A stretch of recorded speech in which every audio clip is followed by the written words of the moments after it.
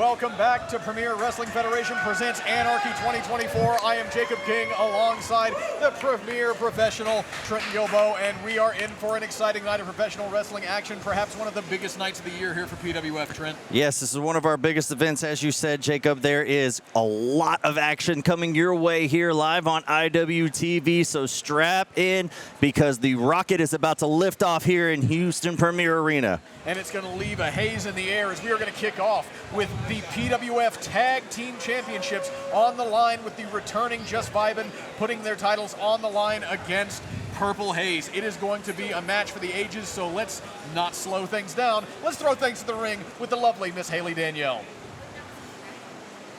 Ladies and gentlemen, our opening contest for PWF Anarchy is set for one fall. And it is for the Premier Wrestling Federation Tag Team Championship.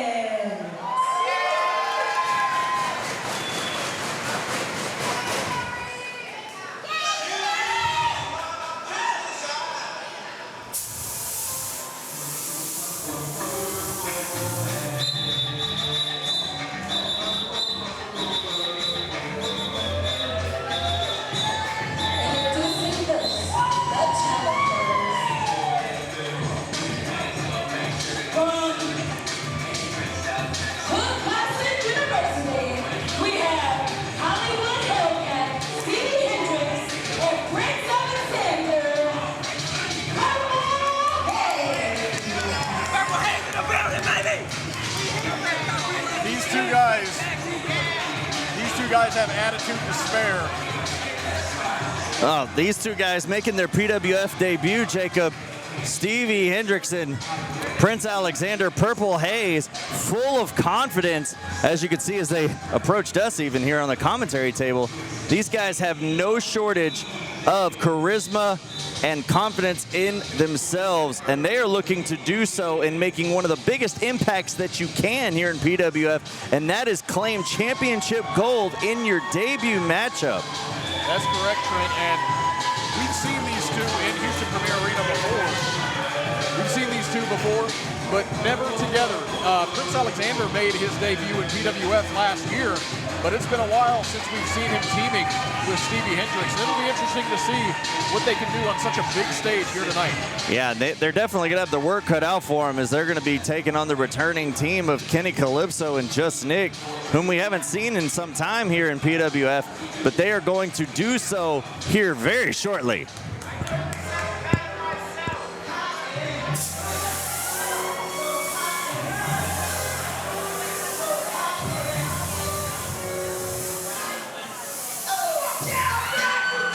Out of the gate like a cannonball.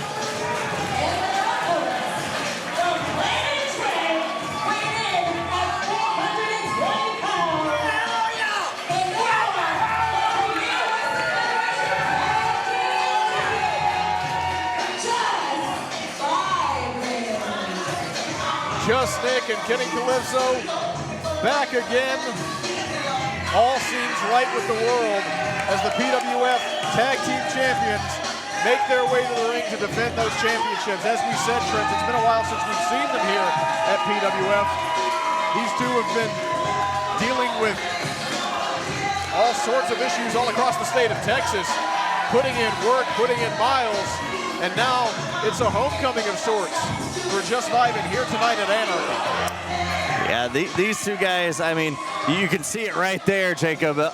Always having a good time, but these guys know when to turn it on. And when I say turn it on, I mean the aggression. We've seen these two guys before with the Battles of Legion when they claimed and took back those very PWF tag team titles, a different side that Legion was able to bring out in JusXVibin. So it's going to be interesting to see if the duo of PurpleHaze will be able to bring out that aggressive side and take advantage of this, well, let's just say more fan-friendly side, as you see the pineapples being shown and shared with everyone here in Premier Arena. Yeah, JusXVibin definitely a crowd favorite everywhere they go. We absolutely love these guys. And you can tell the vibes are on point here tonight.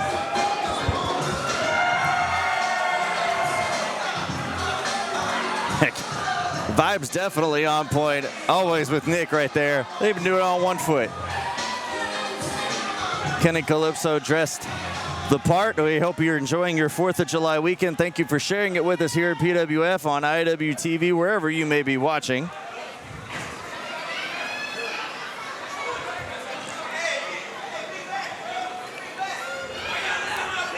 And this should be interesting. Just Nick and Stevie Hendrix are well acquainted with each other. If you saw the Clutch City Classic, those two faced off in a one-on-one contest for the All Fury Pro Heavyweight Championship.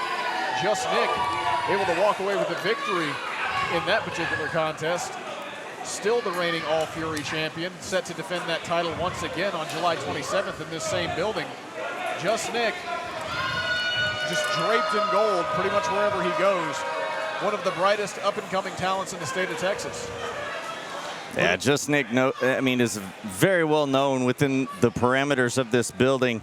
Very much acquainted with our PWF faithful, as well as many others that might be here for the first time in witnessing a PWF show, and other promotions that we have here in these walls of Houston Premier Arena. And Nick claiming championships everywhere he goes. Kenny, no stranger as well. Sorry, Jacob. I was going to say, Kenny, hey. Sorry, you can't help but get into it. I was going to say, Kenny Calypso, also no stranger to championship gold. In addition to being a PWF Tag Team Champion with Just Nick, he is a former PWF Premier Champion. And the accolades are only going to continue to grow for this young athlete. But if you look at the other side of the ring, lots of gold there. Stevie Hendrix has held titles in Hurricane Pro. Prince Alexander holds titles in Fearless Pro. This is just a ring full of gold.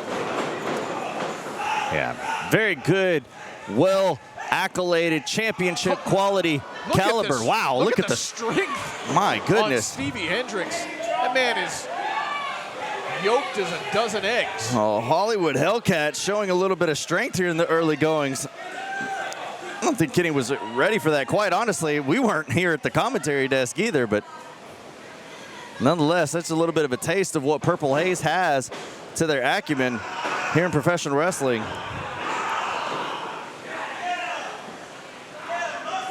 This is such an exciting matchup for me, Trent, just because looking at this ring, 3 out of the 4 competitors are people that I trained with my very first week in professional wrestling. Kenny Calypso, Prince Alexander, and Stevie Hendrix were all in that ring. And now to see them competing for championship gold here at one of the biggest events PWF has to offer, no matter who walks away with the victory here tonight, it does my heart proud to see how well these individuals have come in the last 4 years. As Kenny Calypso getting the upper hand here, applying serious torque to the arm of Stevie Hendrix. Yeah, that wrist doesn't bend that way. The Hellcat able to reverse it into a hammerlock there. Oh, Kenny going right back to that wrist, putting Hendrix down on his knees. There you see Kenny showing he's got some smarts within him. Yeah, Kenny has become something of a master ring tactician. He's been in the ring with bona fide legends of the ring, and it has paid off for him. And you can see that with every successive time he steps between those ropes. Full head of steam here from Kenny Calypso into the corner. Big running European uppercut. Stevie Hendrix dazed. Big back suplex there and a kip up from Kenny, showing that athleticism that we have come to know and respect.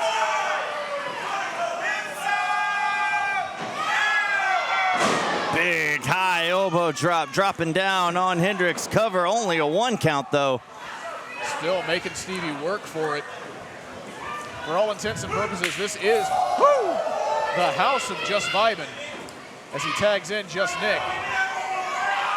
Nick heading up to the high rent district. Oh, Hendrix pushing Kenny in the ropes, taking Nick off of his perch as Hendrix makes his way over to his corner to tag in Prince Alexander.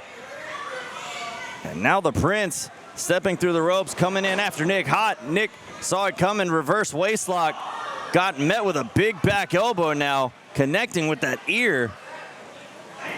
And there again, the attitude on Prince Alexander.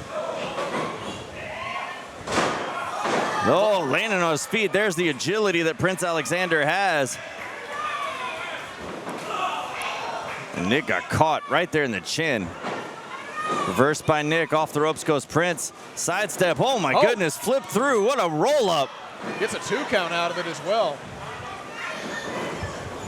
You cannot discount the athleticism of any of the competitors in this match. Prince Alexander taking it to just Nick. Now fireman carry by Prince. And Nick, some back elbows to the face, trying to get out of it. Does so. Creates some space with a big, strong drop kick, sending Prince into the opposite corner. Not where Prince Alexander wants to be right now, as Nick's starting to feel a little bit of the vibe, if you will. Coming in hot with a big flying forearm, tagging to Kenny. And now JusXVibin, Jacob, look like they're rolling here. Absolutely. Quick in and out by Kenny Calypso, and Just Nick taking control of the situation. Just Nick planting. Prince Alexander, center of the ring. Kenny Calypso rolling through. Big high leg drop into the cover. Hooks the leg. 1, 2, and a kick out. You know, Kenny jokingly was pointing to his head saying he was smart earlier, but there you see every time Kenny hits a big impactful move, he goes right to the pin to try to secure the victory for his team. Oh, right there, securing the neck of Prince Alexander on the canvas. Hits a 2 count there. Once again, going after the cover. Kenny not trying to waste any time. Now tagging in his partner as Nick high up on the top rope once more.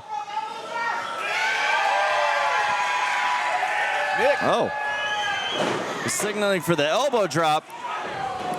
We usually see the headbutt from Just Nick right there, but Prince able to find a way out of it. Drops Nick across the top rope on that neck. And these aren't ropes, ladies and gentlemen. These are really kind of encased cables. They're elevator cables encased in slight padding. But the tension, the tension there is enough to give someone whiplash. And now it looks like PurpleHaze, as they go for a cover and get a 2 count, PurpleHaze might be targeting that head and neck of Just Nick. No.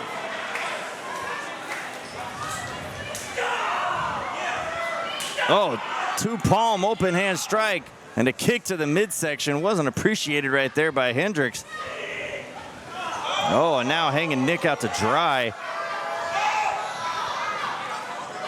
Getting a little bit of a face full from Prince, and now Nick topples down to the bottom floor. High drop kick. And you got Stevie antagonizing and Prince Kenny. Is down on the outside, taking Nick to the woodshed, and the referee doesn't see any of his. Kenny trying to come to the aid of his partner. PurpleHaze taking advantage. There's a cover. Only a 2 count for Hendrix there. A little bit of a frustration there. But we've seen the resolve and resiliency in Just Nick many times before, Jacob. Absolutely. These guys have been through so much as PWF Tag Team Champions. But PurpleHaze is a completely different type of monster, and they are young and hungry. And they are operating on the biggest stage they possibly could here in PWF. And that spells danger for JusXVibin if they can't get things together. Yeah, I mean, what a showcase to make your debut here in PWF on one of the biggest shows we have here at PWF Anarchy. And there's so much action that we have coming your way here tonight. And no pun intended, there's a lot of anarchy going to ensue here tonight here in Houston Premier Arena. Yeah, I've already anticipated quite a bit of chaos as we head into our main event here tonight, that 5-on-5 team warfare match between the new blood of PWF and the PWF Originals. As, trading pinfall attempts here. Prince none too happy with that reversal, I mean, obviously, but taking it to Nick right there after only a 2 count as he tags his partner back in. Big senton. And now Stevie off the ropes. Leaping somersault leg drop, cover 2. Only 2. As Kenny tries to fire up the crowd to get everyone on Nick's side, maybe get Nick back into this thing. But Stevie laying in those hard shots, trying to keep Nick down. Stevie definitely pumped up after taking it to Nick right there. Nick laid out across the canvas. As you can hear the audience here in Premier Arena. They're definitely not going for PurpleHaze. Well, PurpleHaze didn't come here for acceptance. They came here for gold. Just Nick fighting his way out of the corner here. Rolls through. Oh! Back elbow connects. Stevie Hendrix now off that middle rope. And a super kick, flush right on the chin. Well, Kenny chomping at the bit for his partner to come give him the tag. As both Hendrix and Nick laid out on the canvas. Both men need to find a way to tag their partners in. I was going to say, that might be everything that Nick has. Oh, Hendrix making his way over to the wrong corner. Wasn't aware until he looked up and saw Kenny there. And there's the tag. Both men tagging their partners in. In comes Kenny, in comes Prince. Kenny going to work like a shooting star, taking out the opposition here. Absolutely caught. Step up in Zagiri. Might be looking to go for the pineapple slicer. There it is. Hooks the leg. Cover 1, 2. No, almost the 3, but not enough to put away the opposition just yet. Kenny working him into the corner. Tag made to Just Nick.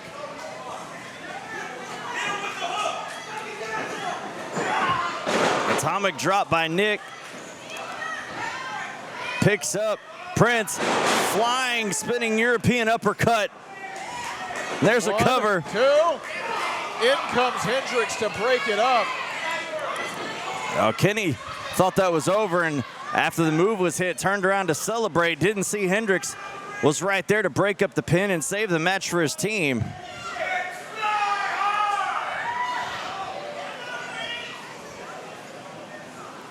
And that's what you get whenever you've got 2 veteran tag teams facing off against each other. Almost. Tag made. After a vicious side kick from Nick, and now Kenny lined up in the corner. Nick looked like he's lining up for the Boba shot lariat. Hendrix is right there holding the feet of Nick. Prince coming in. Nick just came down in the nick of time. No pun intended on that, sorry. Kenny off the top, rolls through. Oh, Hendrix has him up. Kenny is in a bad way here. Kenny's laid out in the center of the ring. Prince Alexander's going up top. This is the moment right here. Huge swanton. Jacob, we got new tag team champions. Here's a cover. 1, 2. No, there's Just Nick. Wow, Nick diving, saving the gold for Vibin. And now Hendrix sends Nick to the outside. And now PurpleHaze with the advantage as Nick lay on the outside. Prince taking Kenny to the corner. PurpleHaze calling for the end here. They're in control of the ring, and Kenny's in a bad way. Kenny Boot trying to to the fight face. back. Here comes Nick. Big lariat right there by Nick. And now Nick sending Hendrix to the outside. Off the ropes, Nick goes. Tope Suicida. And now, Oh my God! Kenny with the destroyer, the pineapple destroyer on Prince Alexander. And he sets him up for Just Nick and the Boba shot. Look, Kenny's up top, top shelf frog splash. Here's a cover. 2, 3.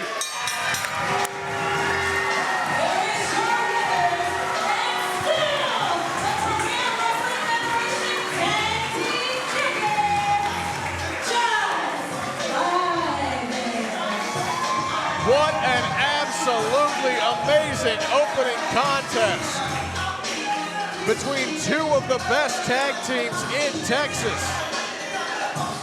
JusXVibin with an amazing, aggressive, offensive sequence to close things out against PurpleHaze. A great showing by PurpleHaze, but there you see the champions retaining, standing tall here at Anarchy. My goodness, Jacob. A pineapple destroyer followed up by a Boba shot lariat and a top shelf frog splash. I don't know who would be able to survive after that sequence. And I tell you, it was only a split-second difference. You saw Stevie Hendrix rushing to break up that pin, but he just could not make it. And now, JusXVibin victorious once again here tonight at PWF Anarchy.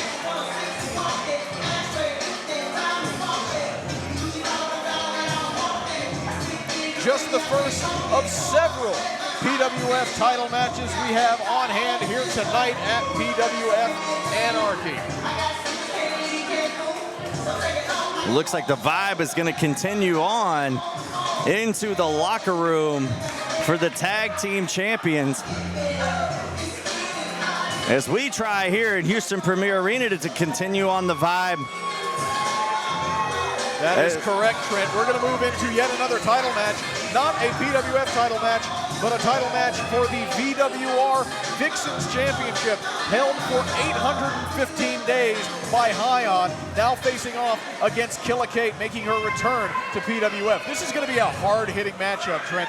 Two ladies that are well acquainted with each other, who have wanted to step into the ring with each other for quite some time, and we're going to get to see that right here tonight at PWF Anarchy. So let's not hold back any further. Let's once again throw it to the ring and get this title match underway. The following contest is scheduled for one fall, and it is for the VWR Vixens Championship.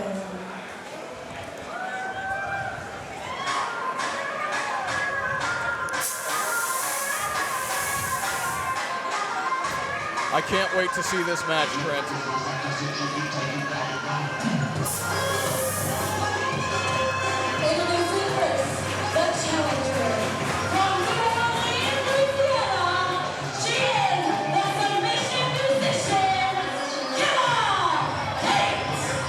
This is a matchup that was originally scheduled to take place all the way back in 2022 at VWR's Over the Top, before that event had to unfortunately be canceled for reasons unknown to even management. But it's finally happening here tonight, and I could not be more excited. These two are a perfect matchup for each other in the ring, and I cannot wait to see how this goes down. It could be the end of Hyan's 815-day title reign right here tonight. As you said, Jacob, these two very well matched up with one another.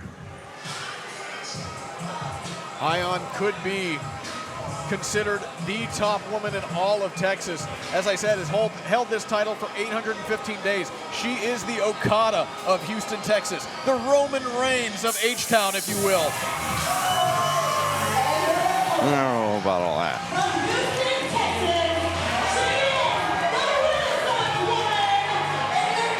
Well, she has...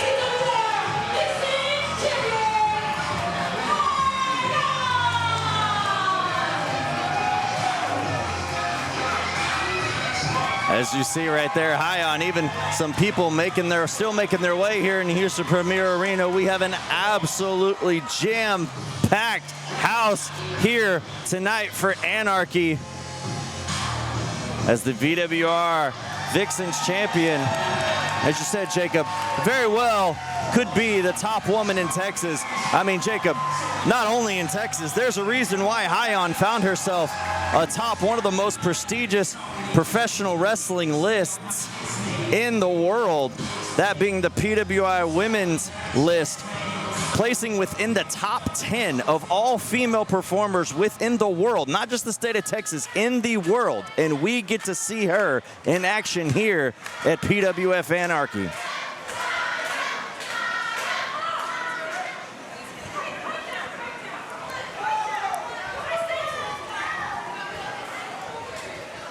You see, and I said earlier, Hyan might as well be the Roman Reigns of Houston, Texas, but the difference between Hyan and Roman Reigns is I've seen Hyan work about 8 matches in the last 2 weeks, as opposed to the 8 matches that Roman Reigns has had in the last 2 years.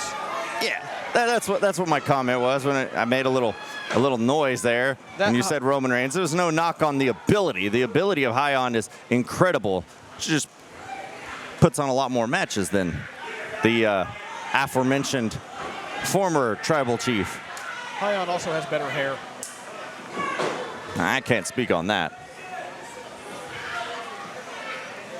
Kate taking the fight to Hyan here in the early opening moments of the contest. Killa Kate, who is one of the most skilled technical tacticians you will see anywhere, seems to be going in that direction against Hyan. Hyan, who can go hold for hold with just about anybody. This is going to be a true test of ability here as Kate goes to the ropes here to force a break. And look at that. Steps under.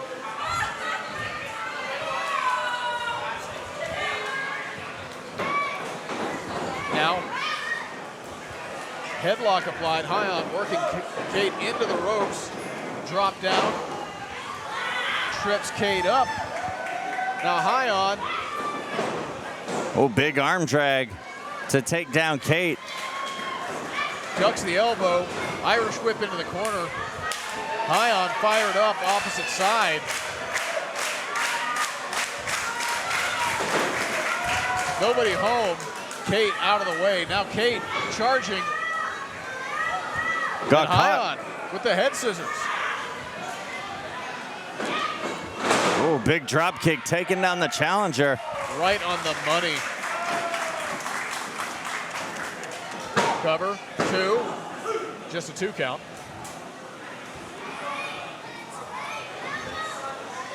Oh, Kate asking for a timeout. Well, we know that doesn't not exist here in professional wrestling unless you're in a max heights match, but I digress. Kate going back to the arm here. Arm breaker.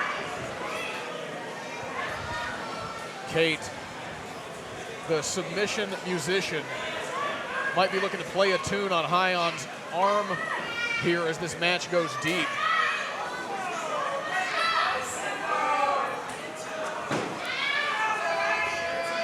Our official asking Hyan if she's in a position to submit right here, give up, lose that VWR championship and end that 815-day title reign. Hyan fighting back. Again, and again, Kate going after the shoulder and arm of Hyan. We talked about that 815-day title reign. She won that championship all the way back in April of 2022 from none other than Raychell Rose in this very building. Raychell Rose, who will put her PWF Women's Championship on the line later tonight. Someone else who's had a very long title reign herself. We could see some serious major shifts in the landscape of Houston, Texas's title scene here tonight as Killa Kate is firmly in the driver's seat right now on the offensive against Hyan. Hyan sunset flip. Kate drop down for the cover. 2. Reversed by Hyan. 2 back and forth here, exchanging pinfalls. Both these women so quick, so dangerous. Little float over arm drag from Killa Kate. Now working her down to the mat, hooks the leg. 2. Just a 2 count.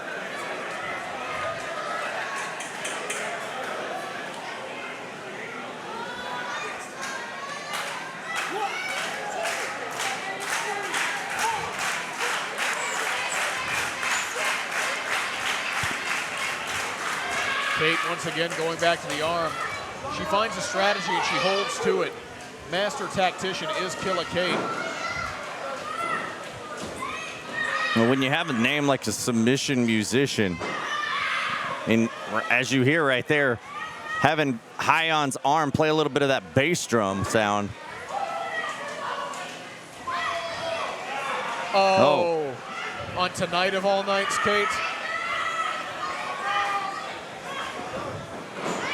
Arm drag again.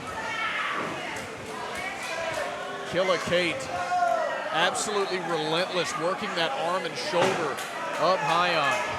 She definitely has a game plan, and she is not deviating, which is smart. The one thing that you can't do is allow Hyan to knock you off your game. It's a big stage. There's a lot on the line. That can get inside your head. Kate can't let it. As she racks Hyan with a clothesline in the corner, and now has her hooked up. Oh, Kate taken for a ride with that vertical suplex, and now Hyan trying to put herself back in the driver's seat, but you can see she's favoring that shoulder pretty significantly as Kate comes out of the corner, rung up on that second rope.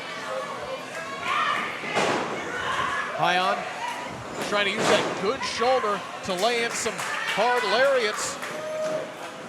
Reversed by Kate, into the corner goes Hyan, gets that foot up. And now Hyan trying to get back in this thing. Big back suplex. But you can see how some of the power has been sapped. Even struggling to hook the leg for the cover. Yeah, Kate, I mean, you saw all the damage that she inflicted on the arm of Hyan, and Hyan's still favoring that arm. It's going to play a big factor in what Hyan's going to be able to do going forward in this matchup. Well, Kate finds herself in a precarious position because Hyan might be calling for the CT knee. Oh, Kate out of the way, saw it coming, roll up. Oh, rolls through, going right back to work on that arm. And now. Oh, what a stretch. Almost a modified Fujiwara armbar here. And I think Kate's got the other arm locked in with their legs. It's like a Rings of Saturn, and now. Oh, the torque. Good grief. The musician playing all sorts of music here at the moment. Hyan able to get that leg onto the bottom rope and force a break, but Kate taking all of her time. Now Hyan out on the apron, throwing shots to block. Head first into that top turnbuckle. And now rolling her through the ropes, and now in a pin, using the ropes for leverage. Oh, but the referee saw it. We almost had a new champion. If Isaac didn't have those keen eyes, that 815-day reign would be over. And now Kate arguing with the ref. Drop kick from Hyan sends Kate down into the corner. Hyan has an opening. It looks like she's going to take it full head Trying of steam. again. CTD. Rolls Kate out, and now at the pin. But Kate rolls out of it. Not so much a kick out as a desperate crawl to freedom. But Hyan now has her best shot. Looks like she might be trying to go for beauty sleep. I was gonna say the same thing, Trent. Kate had that one scouted, back elbow, and now. Kate kicked Hyan out of the way there. Hyan couldn't apply beauty sleep from that damage that she sustained in her arm throughout the match. And again, going back after that shoulder. Kate has her scooped up and drops her. The Michinoku driver right there, center of the ring. Only a 2 count, my gosh. 2.5. Hyan kicks out.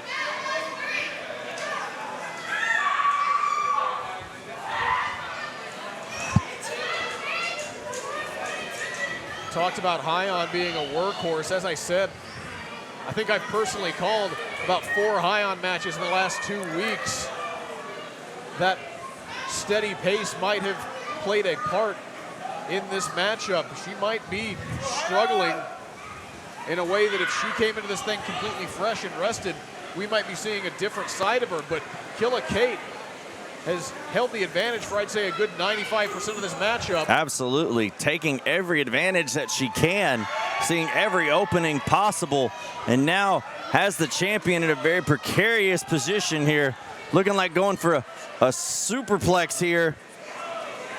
And Hyan doing a good job of trying to fight it off. Able to break that hold, at least momentarily here. Hyan knows where she is, and she doesn't want to be there, doing her best to get out of that situation. Hyan maneuvering herself through. Oh, she's got Kate in a bad spot here. Kate landed on her feet. Hyan couldn't maintain the hold from that damage on that shoulder, Jacob.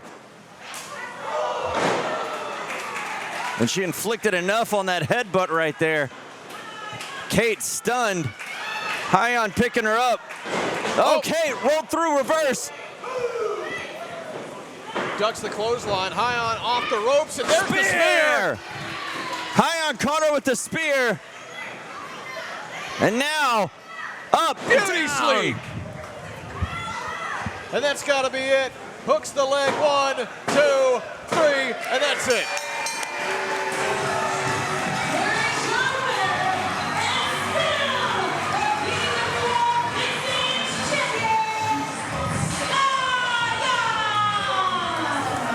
Killa Kate gave it everything she had, but Hyan able to retain after an absolutely grueling battle. I mean, the fight was taken to Hyan. You said it, Jacob. Majority of this match was in favor of Killa Kate, and there you even see Hyan still holding that shoulder, and she could be holding that shoulder for days to come after the punishment it endured from Killa Kate. But nonetheless, Hyan was able to find a way and retain the VWR Vixens Championship as the 815-day title reign will continue. Lord only knows when we'll see her defend that championship again. Hopefully sooner rather than later. But we're going to move right along. Do we have a...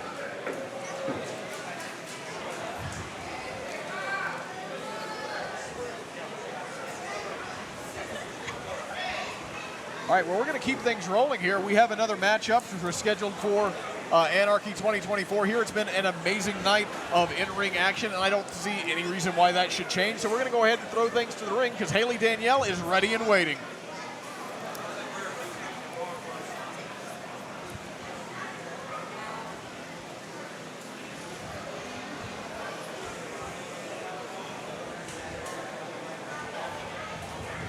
The following contest is scheduled for one fall.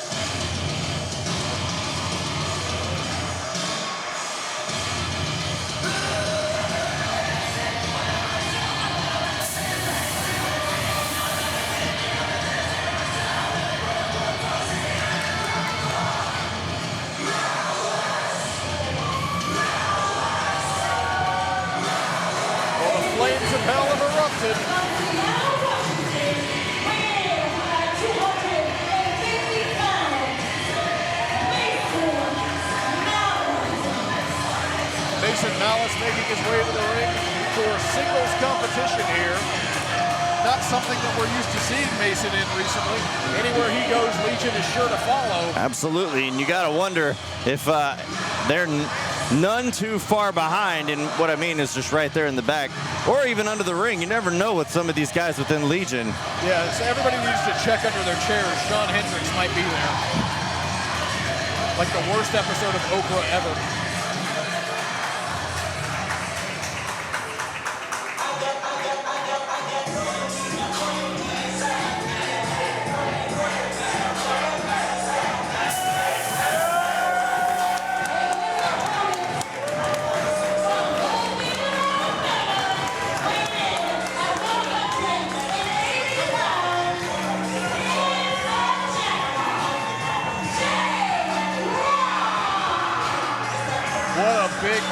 This is for Jackpot Jrock. This is only his third match at PWF, and here tonight, facing off against Mason Malice on one of the biggest events PWF has to offer. Such a great showcase for an amazing young talent. The Jackpot Jrock securing his first win here in PWF. back at the last Live Wire 32 against Ronan Reyes. And now looking to rack up number 2 as he takes on a longtime veteran here in PWF, Mason Malice. To bring up a very valid point, Jacob, we're not used to seeing Mason here in singles competition, a longtime tag team competitor, as we've seen him as a member of Change and Legion. Well, here tonight he faces off against one of the brightest up-and-coming young talents in PWF and Jackpot, Jrock.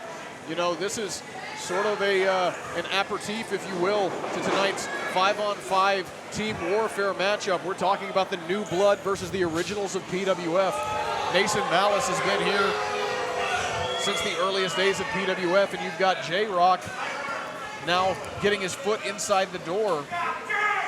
Being a part of that new blood, as you spoke of, you know, not the group that we'll see here later on in our main event in that 5-on-5 elimination match. Always interesting to see what the young guns of PWF are able to do. Jrock, a product of the Houston Pro Wrestling Academy that takes place here in Premier Arena. Jrock just narrowly missing with that leapfrog, but connecting with a couple of drop kicks there as Mason Malice now taking a tumble down to the outside. Jrock showing up and showing out here at Anarchy off the ropes. Baseball slide from Jrock. Now Jrock, very agile individual, a high flyer, if you will, as he flies over the top rope. And taking down Mason Malice.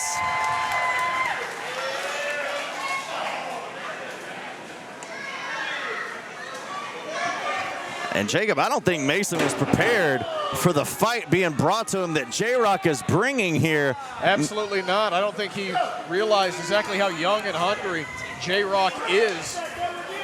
Took the rookie inexperience, very much underestimated him.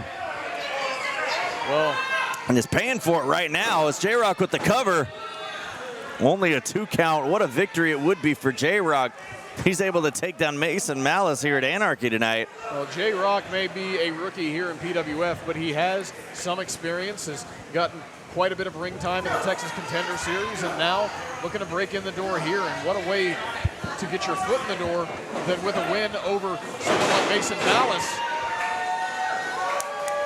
Big head scissor takeover, sending Mason to the cross corner. Head of steam, no one home. Mason off the ropes. Big lariat. A malicious one, if you will. Cover.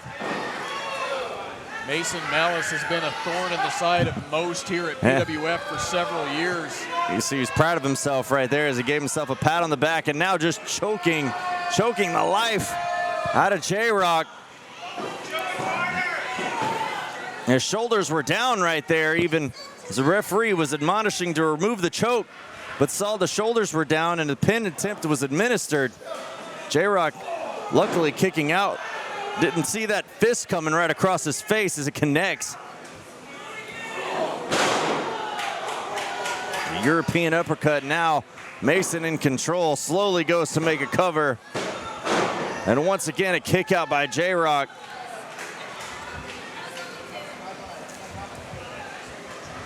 This is what we were expecting out of Mason. A lot of confidence. A lot of brutal maneuvers applied to Jrock. And another pin attempt. That, I think, was not what Mason was expecting. Was expecting to put away Jrock here quick and early. As he's questioning the speed count of the referee there. The audience here in Premier Arena completely behind Jackpot. As Jrock now trying to fight out of this hold with his back elbows. Off the ropes he goes. Oh, got caught with a big black hole slam from Malice. Now the cover. Jrock right there close to the ropes. Good ring awareness there by the rookie, showing that he knew where he was in the ring, grabbing the bottom rope and even kicking out for good measure. Yeah, Jackpot's going to want to make sure that he has a game plan going up against Mason Malice, because Mason Malice has one, and that's turn this thing into a fight, turn it into a brawl. That's what Mason Malice is. Mason Malice is a bruiser. He's not going to try to hit you with anything flashy. He's not going to try to out-wrestle you. He is going to try to beat you into submission, though, as we see him work Jackpot over in the corner.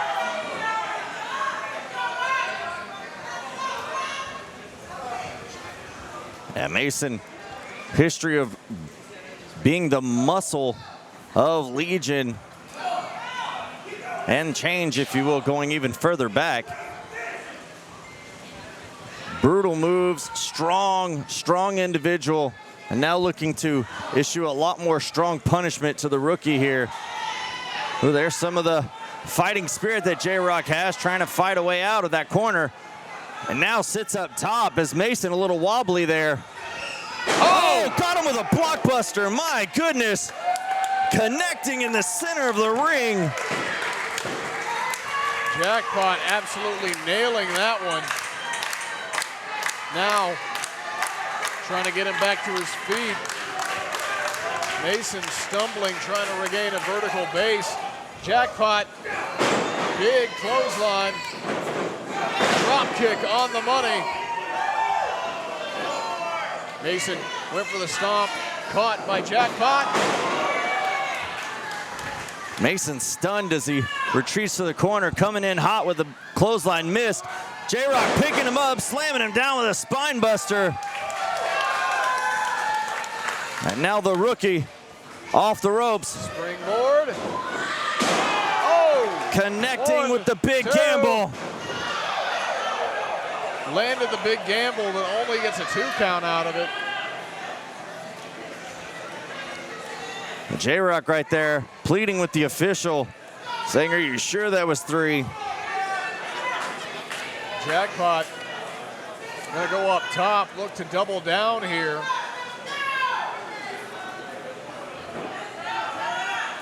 Now up top, could be looking for that royal flush. Oh, Mason rolled out of the way, landing on his feet as Jrock can now pop up power bomb. Sit down. 1, 2, no. We've seen Mason put people away with that very maneuver, but Jackpot able to get the shoulder up. Amazing feat of resilience from the rookie here. Well, Mason not quite sure what he needs to do to put the rookie away. As you see Mason lined up in the corner, Jrock just finding his wherewithal as Mason got caught. Jrock picking him up. Oh my! An impaler-like DDT in the center of the ring. And now Jackpot signaling that he's gonna go back up top. Maybe looking for that royal flush, that top rope 450 one more time. Connects. On the dot, hooks the leg. And Jrock connecting with the royal flush. What a big win. Jackpot Jrock picking up the win. The biggest win of his young career here at Anarchy. The rookie making a big statement here at Anarchy. And as you know, Jacob, royal flush wins all. And Jackpot connecting with it here tonight. Congrats to Jrock. As you said, a big, big victory for this young up-and-coming superstar here in PWF. You love to see it, ladies and gentlemen. What an amazing performance from one of the hottest young talents that PWF has to offer.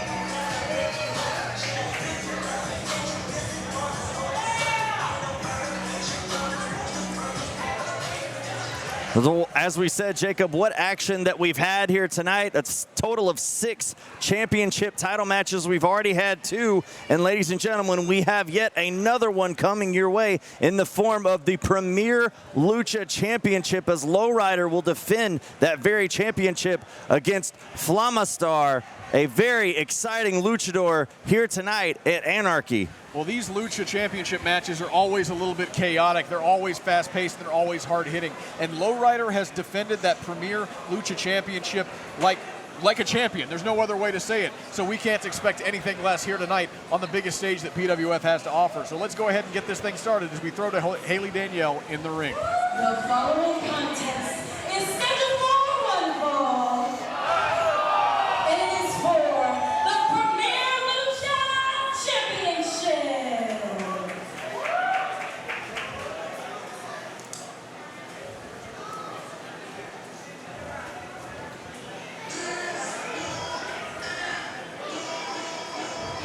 I am very, very familiar with Lowrider as a competitor and as a champion. This guy, however, FlamaStar, this is my first time seeing him live and in person. I've heard great things coming out of the Lucha community.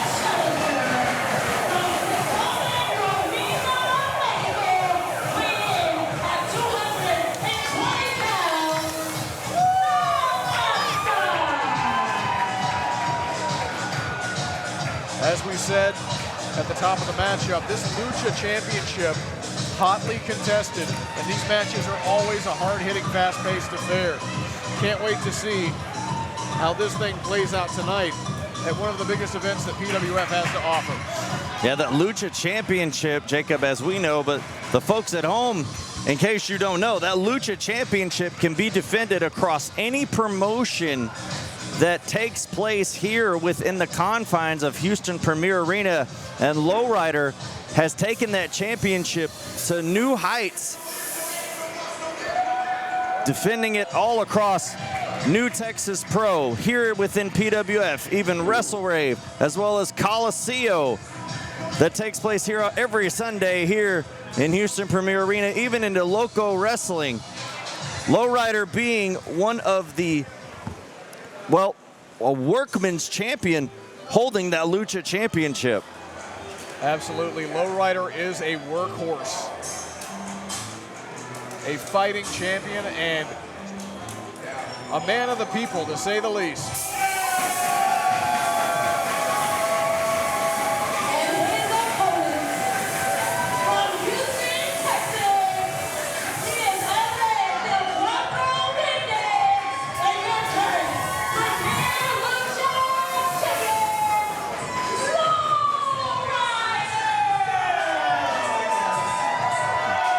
Lowrider definitely showcasing why he is one of the best competitors within the state of Texas for sure. And Lowrider can go with the best of them. I mean, if you want to wrestle a Lucha style match, he's your guy. If you want to wrestle a technical matchup, he definitely can go toe to toe with you on that. Even if you want to go death match style, as we've seen in his times in WrestleRave, Lowrider can do that as he's gone a little bit of an extreme side himself. That man can do just about everything that there is to do inside the squared circle. Yeah, one of the fiercest competitors ever to step foot in the ring. First time I stepped foot in a professional wrestling ring, the man damn near killed me. So, there we go.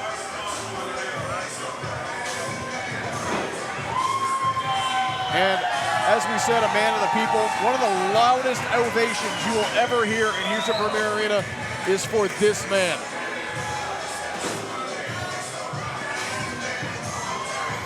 This man, Lowrider, made many tours across the border into Mexico, many times wrestled here in this very building.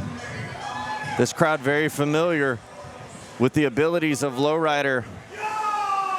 And FlamaStar looking to showcase a little bit of his own abilities himself here to the PWF faithful, and hopefully bringing home that Premier Lucha Championship.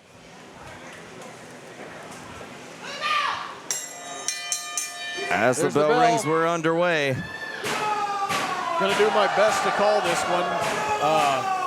Pero lo siento porque yo soy uno gringo. Well, maybe not like that, Jacob.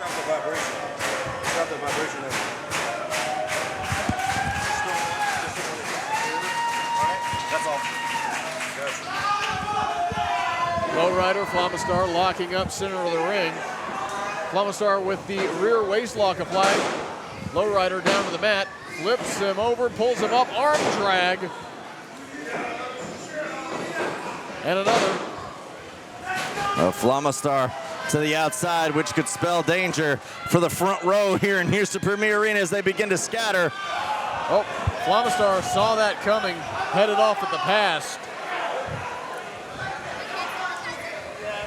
And the challenger has the champion right there in the front row, having him take a seat. And now, FlamaStar, even himself, looking like he's getting ready to build some steam. Off the ropes he goes. Over the top. Oh my goodness, taking down the first row as well as Lowrider and himself, throwing all caution to the wind there. Made it all the way to the fourth match without ruining the chair deposit. It's got to be a new PWF record.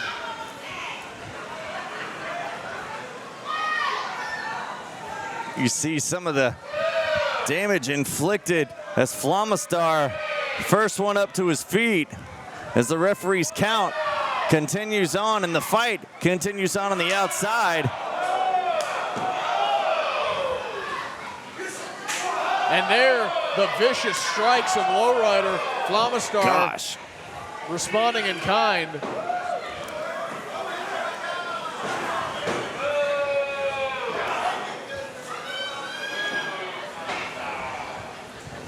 As some of the fans make their way back to their front row seats there, FlamaStar has Lowrider in a fireman's carry position, picking him up, slamming him down. And now a cover, only a kick out right there. I would barely say a 1 count, if that. Yeah, I'm not even sure the hand came down.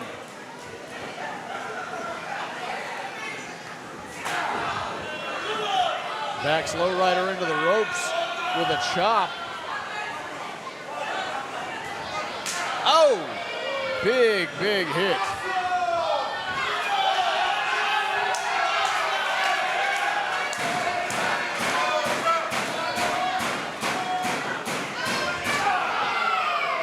FlamaStar going strike for strike with Lowrider, trying to show him he can do it just as well.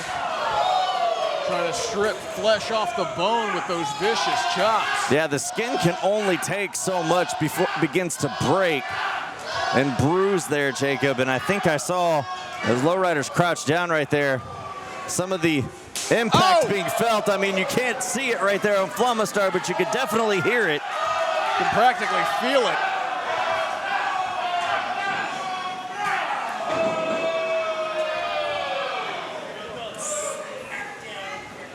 That's the thing about these vicious Lucha strikes. They don't hold anything back, and that can lead to serious contusions. Well, that was a go to sleep right there. And FlamaStar looks like he's done just that. I was going to say, I think it worked. I think Lowrider might be out like a light. Nope, signs of life. FlamaStar finally going for the cover.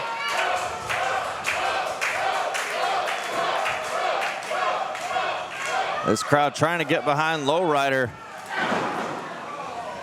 As FlamaStar clubs him back down to the canvas.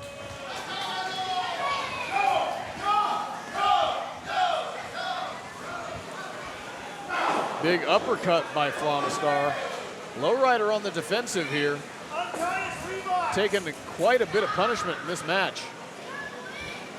FlamaStar positioning Lowrider atop that top turnbuckle, and again, another vicious strike. These palm strikes from FlamaStar absolutely brutalizing Lowrider throughout this match. And now FlamaStar climbing up after him. I was going to say, was trying to lock him up there, but Lowrider fighting back. Now up to the top goes Lowrider. Big somersault off the top. Lowrider whips him out of the corner. Oh, flipping him over right there, Lowrider. Lowrider might be getting a second wind here. FlamaStar recognizing that as he retreats to the outside. There's no safe haven on the outside. That's what I was going to say, man. That'd be a... Oh, wow. They're going even into the seats now. FlamaStar. Oh, sweet merciful Jesus. A corkscrew plancha off the middle rope into the seats here at Premier Arena. As Lowrider standing tall, and we're not getting that chair deposit back. Nope, it's gone. That chair deposit gone up in smoke like the smoke that's hanging around here in Premier Arena as this Premier Lucha Championship match continues on. Lowrider taking FlamaStar for a tour at ringside. And now getting some fan participation. My goodness. A crossbody connecting with FlamaStar.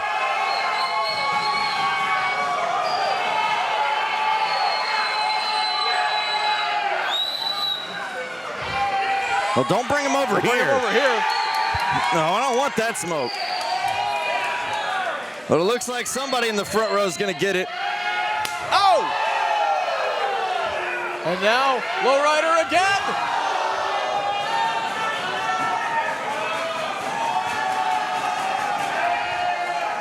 Well, Jacob, I say it almost every time we're on the air. You buy a ticket to a Houston Premier Arena show, you could very much find yourself a part of the show. Heaven forbid we invest in guardrails. Who needs those? Everyone in the front row. Trent, everyone in the front row. Oh! Springboard off top goes Lowrider. Head scissor takeover, taking down FlamaStar as the champion now rolling. Oh, FlamaStar caught him, sat him on top, chopped him once more, and I can see the chest of Lowrider broken open as an arm drag off the top rope takes him across the ring. And now the cover, 1, 2. Lateral press, doesn't hook the leg.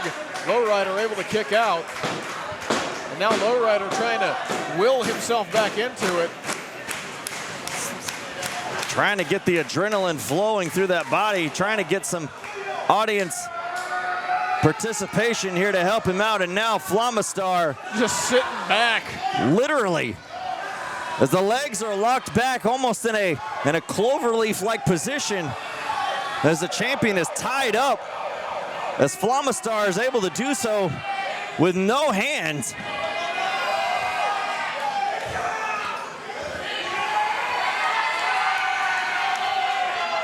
And the challenger pulling back on those legs. Lowrider struggling to get to the bottom rope. He got it. FlamaStar breaks. He didn't want to, but he did.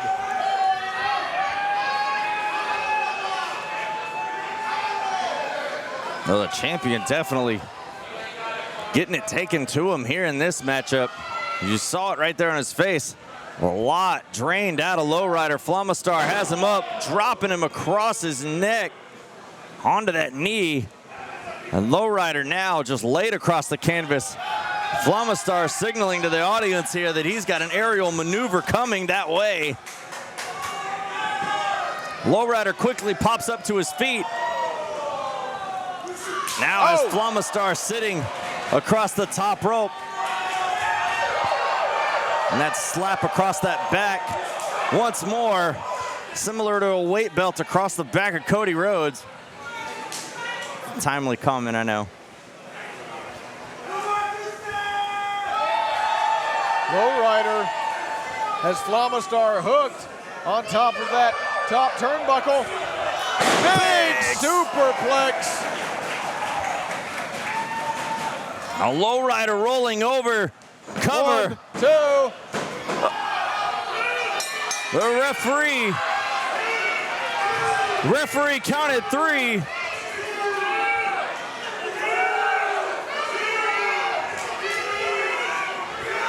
Oh, the referee says he got the shoulder up.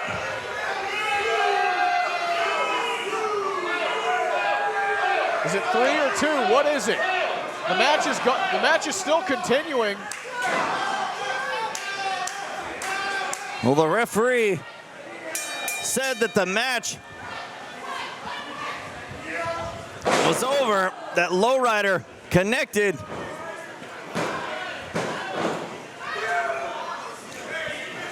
Well, I don't know what's going on anymore. We've lost complete control of this match here as Anarchy, again, has continued on.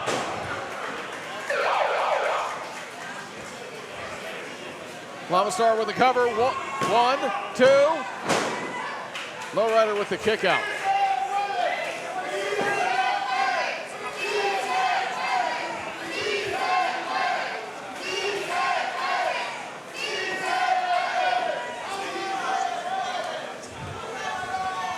FlamaStar sending Lowrider across the ring into the corner. Up and over goes FlamaStar, down to the outside. Oh my goodness. FlamaStar trying to catch himself on that top rope, slipped down, connecting with the concrete floor. And now FlamaStar, not really sure where he's at. Lowrider, low bridging underneath the bottom rope. Oh, good grief. Oh!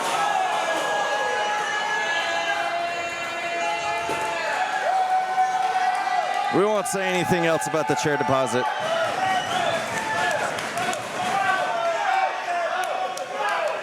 All I'll say is that Lowrider deposited himself into the chairs.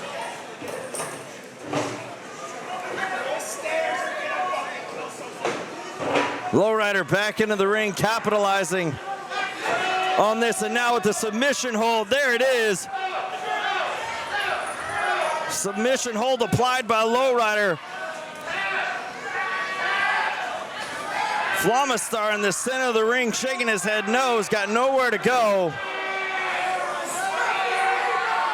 Trying to fight out of it, trying to push himself up, trying to will his way over to the corner to break the hold, and now has nowhere left but to tap out. And now,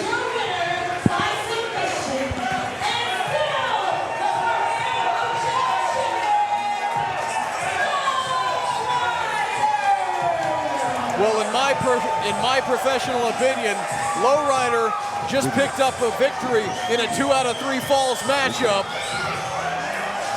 over FlamaStar. What an amazing show. What an amazing performance from Lowrider. Well, that's what that Lucha Championship right there means to that man right there. As you could see him do everything he can, throwing his body and caution to the wind to retain that championship here tonight.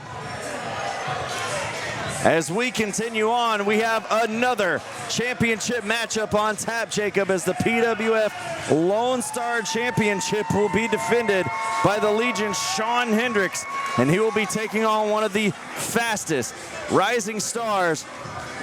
You know what? Not the fastest rising star in PWF. He is one of the biggest stars here in PWF, and I'm talking about the Wind Dragon, Dustin Nguyen, in his first championship match opportunity in a one-on-one contest, could secure his very first championship here tonight. Absolutely. Dustin has risen through the ranks from, he started out as a referee here. That's how we came to know and love Dustin. And now he has a chance to win championship gold here at PWF. I cannot wait to see what Dustin is able to do here tonight. Going to be a big opportunity for the Wind Dragon, but let's not waste any more time as I'm ready to see this matchup, Jacob. Let's get it back over to Haley. The following contest is scheduled for one fall. It is for the Premier Wrestling Federation Lone Star Championship.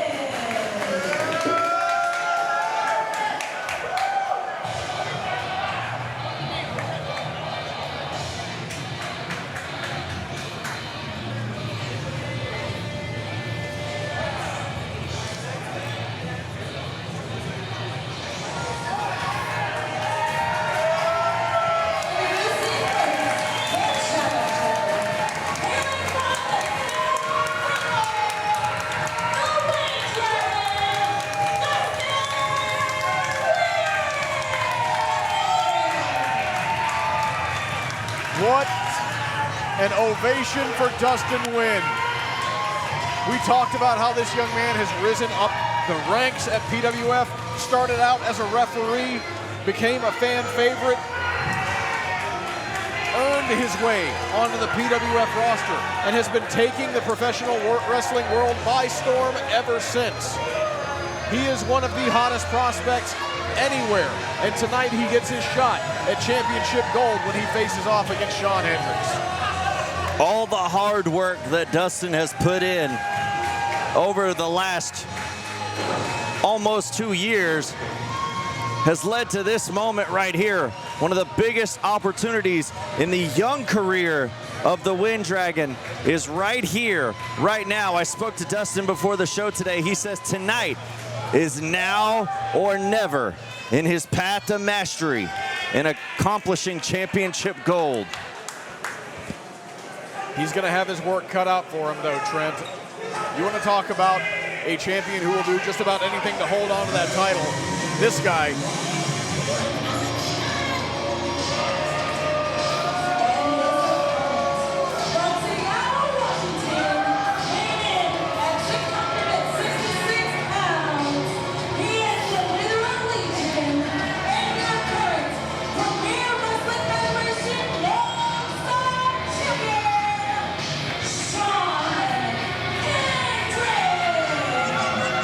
Yeah, Jacob, Shawn Hendrix, the champion, going into this matchup.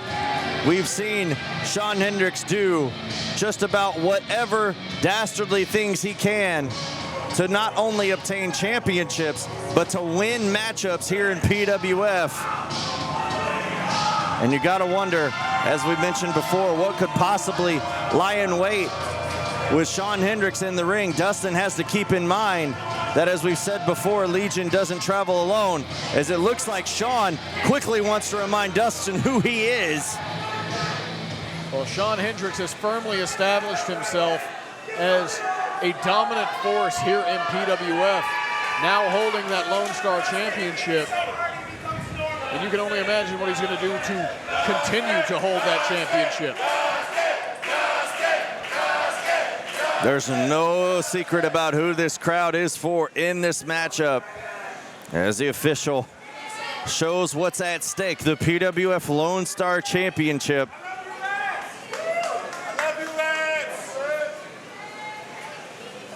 That PWF Lone Star Championship has been held by some of the best that PWF has to offer that have gone on even to become premier champions.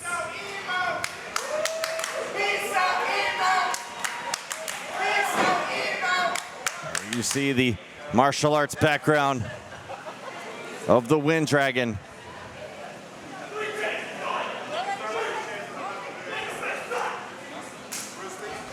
Well, this is a tactic we've seen Dustin employ before, warning his opponent that he have 3 chances to strike him.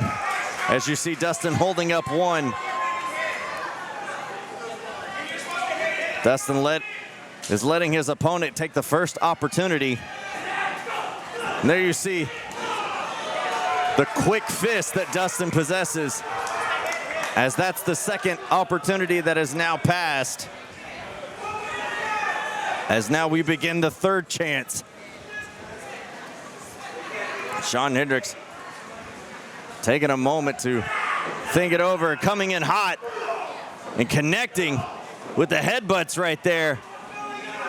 And that was a smart decision by Hendrix to tie up the hands, but now Dustin has Hendrix's hands tied up with a drop kick, sending him into the corner.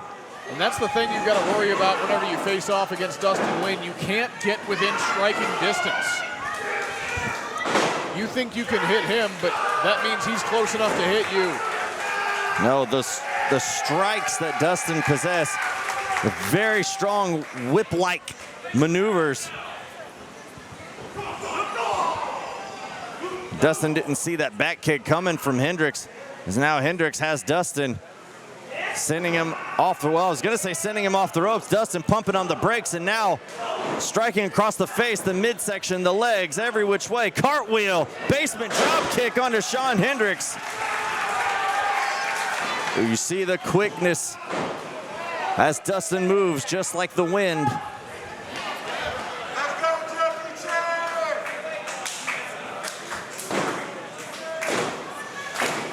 Dustin measuring up Hendrix.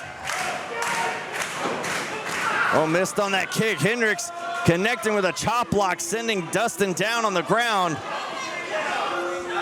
And now stomping on that knee. And that's exactly what Shawn Hendrix is going to want to do, is take away the ability of Dustin Nguyen to land those strikes. Kick the legs out from under him. Kick the leg out of his leg, if you will. I mean, it's very hard to win a fight when you can only stand with one leg, or if I have no legs right there. And there you see Dustin even utilizing that same damaged leg, just went out of second nature, and in doing so harmed himself when he kicked Hendrix. Shawn capitalizing, going for a pin attempt there as he has the Wind Dragon now down. And now Shawn connecting with knees to the back. Off the ropes he goes, flying into the back and shoulders of Dustin. And there's a cover by the champion.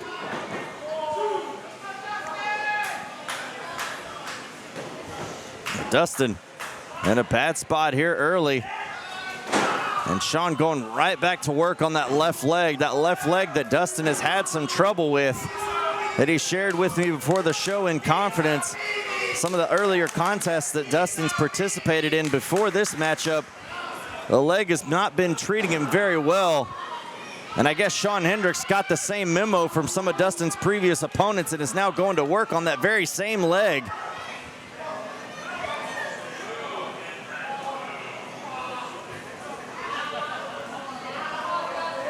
Shawn a handful of hair of Dustin. Dustin trying to fight out with a couple of strikes right here. Oh, missed on that kick, but Shawn did not. Nice scorpion kick by Shawn Hendrix. Now the cover. Just a 2 count. Now something to keep in mind, we talk about the veteran prowess of Shawn Hendrix. Shawn Hendrix has never been pinned or submitted here within PWF. That is something to keep in mind. Yeah, Shawn Hendrix, as I've said before, has been a dominant force since exploding onto the scene here at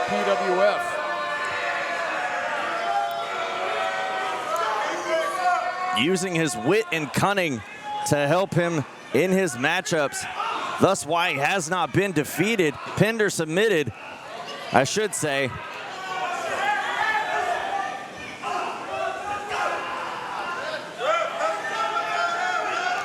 And now Dustin fighting out of those kicks with a palm strike to the chest, now working the arm. Oh my, what a move by Dustin. But unfortunately, a lot of that momentum took himself out as well as both men lay down on the canvas. The fans, however, trying to rally Dustin, get him back into the fight.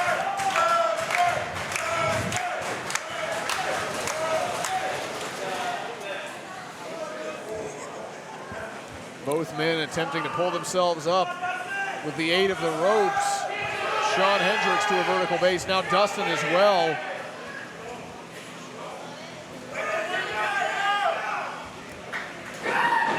Oh, Dustin connecting head of steam on that back elbow as well. Kick right there, sending Hendrix down as Dustin feeling the momentum. Catching that foot of the champion, leg sweep, taking him down, rolling him backwards. Kick to the back of the head. Sends the champion down. Dustin capitalizing. Here's a cover. Just a 2 count though. Shawn Hendrix not going down without a fight. Dustin showing just a little bit of frustration.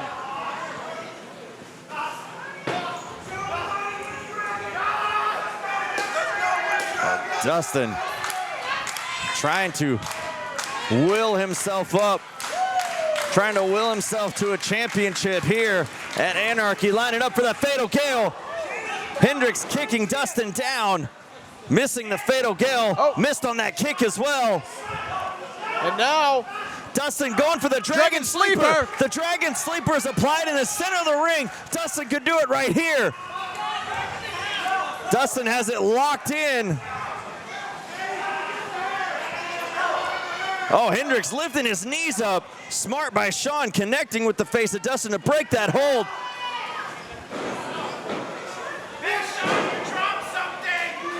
Picking up Dustin, dropping him down, and dropping a leg drop as well. Off the ropes he goes with an elbow drop. And the champion with a cover, shoulders are down. Just a 2 count, couldn't keep Dustin down. As we've seen many times, Jacob, it is hard to keep the Wind Dragon down for a 3 count.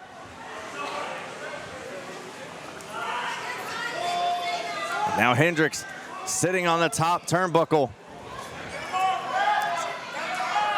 Might be looking to end this thing. Sean Hendrix.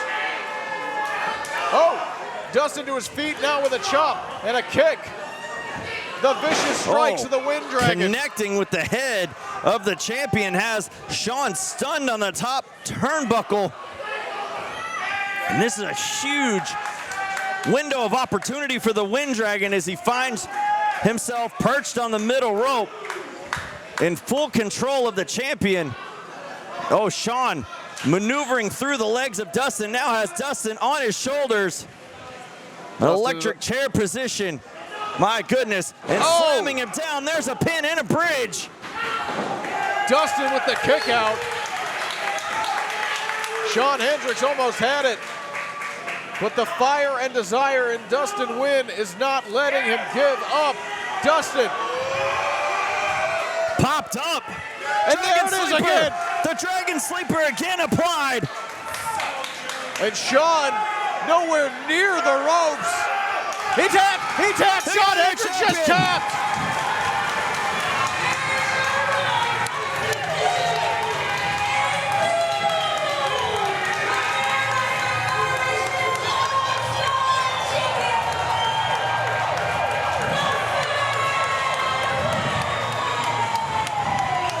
What a moment here at Anarchy as Dustin Nguyen ascends as the new PWF Lone Star champion. As Dustin's path to mastery has been achieved, is now holding high that championship gold. For the first time ever in PWF, the Wind Dragon is a champion.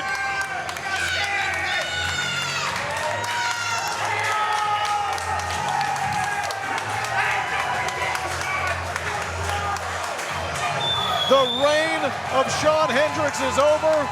The reign of Dustin begins here tonight at Anarchy.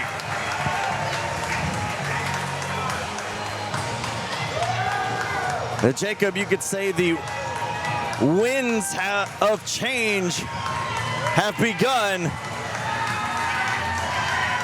at Anarchy within Houston Premier Arena. Big congratulations to Dustin Nguyen, as I can't help but stand and applaud myself as I've seen the rise of this young individual since he stepped foot in that door into training for the very first time. It's been a long time coming for you, Dustin. Enjoy it, my friend.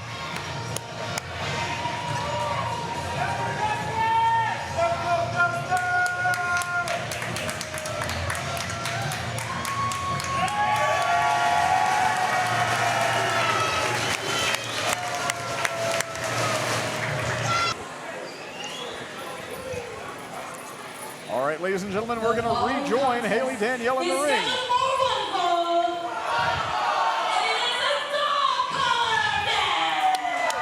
All right. Well, this is one of the matches I've been hotly anticipating here tonight, Jacob. You know, I've been a full-time commentator with PWF for a little over 3 years, and this is the first time I've seen a dog collar match in this building. which kind of impressive, honestly. I've seen, it seems like everything else under the sun.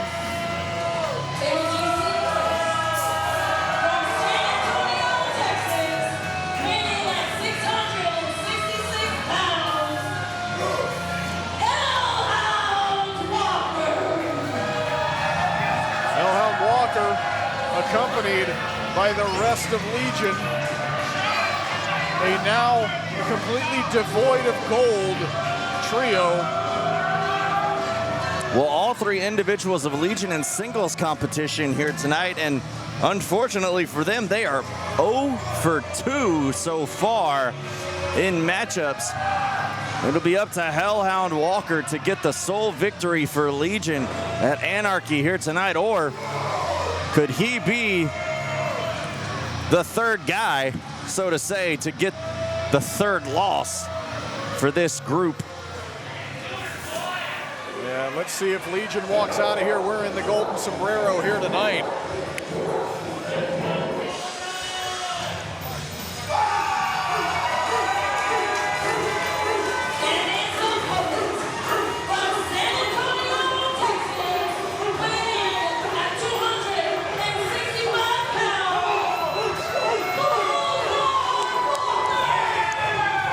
Bulldog Sr. making his official return to PWF in-ring action after suffering a major injury that has kept him sidelined for months.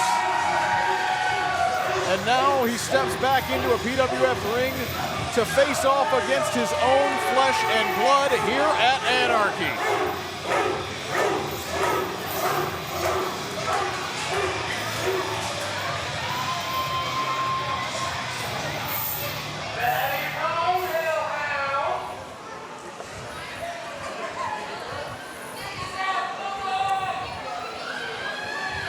The very first ever dog collar match taking place in PWF here at Anarchy.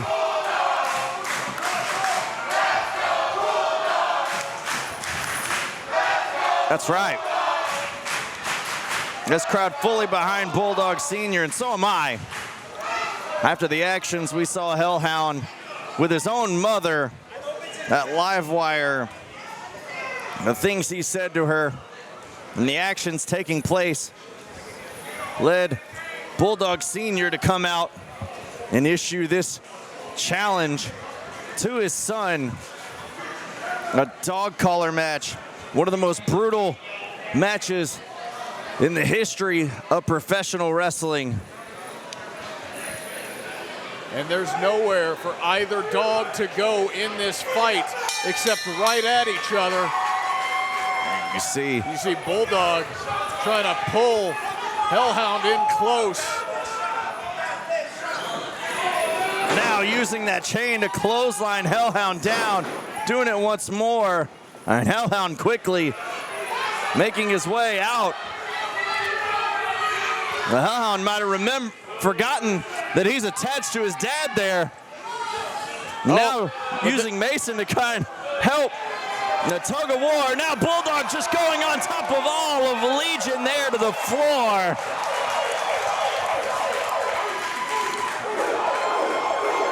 That is not how they expected that game of tug of war to go. Bulldog now laying in shots at the Hellhound. Bulldog taking the fight to his son.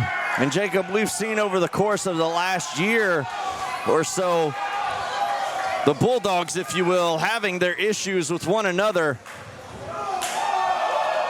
And with Hellhound joining Legion, much to the dismay of his father, the Bulldog was left with no other choice than, well, to beat some sense into his son, he said. And then once getting clearance to participate in matches once again after being on the shelf since May of last year after suffering a rotator cuff injury to his shoulder. And Hellhound not having any effect with those headbutts, but Senior looking to do so right there as he chops down his own son. And now Bulldog taking Hellhound back into the ring. Hellhound to his feet, now trying to gain the advantage on Bulldog as Bulldog gets in there.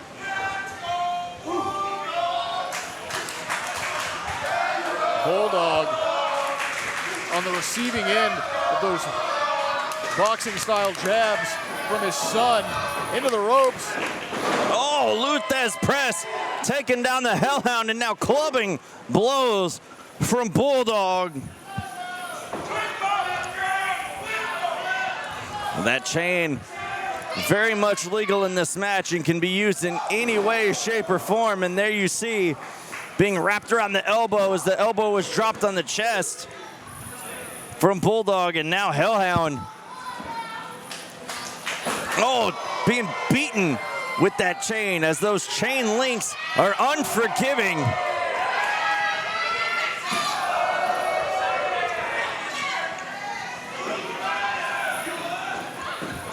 Oh, Sean Hendrix up on the apron, distracting Bulldog momentarily, allowing Hellhound to take advantage. And now Hellhound choking his father.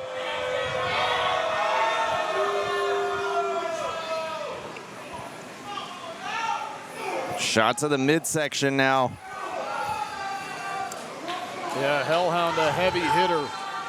And you've got to imagine with Legion out here watching his back, in a situation like this, that puts him in a supreme advantage over his father. His father who has not been in a ring for over a year. Gotta wonder about that ring conditioning, the ring rust of Bulldog. Well, I know Papa Bulldog pretty well, and I know that... Oh, now biting the head of Hellhound. I was going to say, I know Papa Bulldog pretty well. Not well enough to explain why he's willing to bite his own son in the head, but I digress. Having followed his journey to recovery over the last year, he has not been slouching. I'm not worried about ring conditioning. All I'm worried about is, does this play out in a no country for old men situation where perhaps the old dog doesn't have the new tricks he needs to face off against the vicious nature of Hellhound and Legion. And Bulldog now taking Hellhound to the outside, slamming his face into the apron. And Jacob, I believe Hellhound's head has been cut open after being bitten.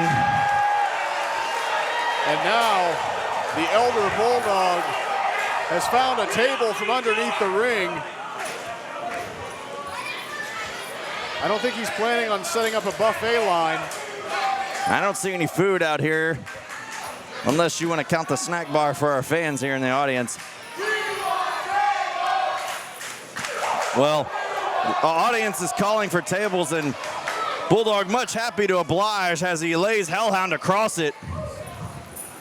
You see in the background, Sean Hendrix could be lying in wait here. Bulldog looking to head up top. Oh, there's Sean Hendrix taking advantage and pulling Bulldog off the top rope down to the floor. Bulldog tumbled to the outside like a sack of potatoes on a leash. And unfortunately for Bulldog Sr., this match is anything goes. No disqualifications, which allows Legion to completely take advantage with a 3-on-1 numbers game in favor of Hellhound. And now Hellhound using that chain to choke the life out of his father here at ringside after gaining the advantage with the help of Sean Hendrix.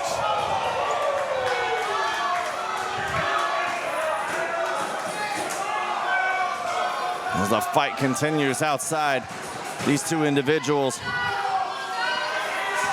it has come to this.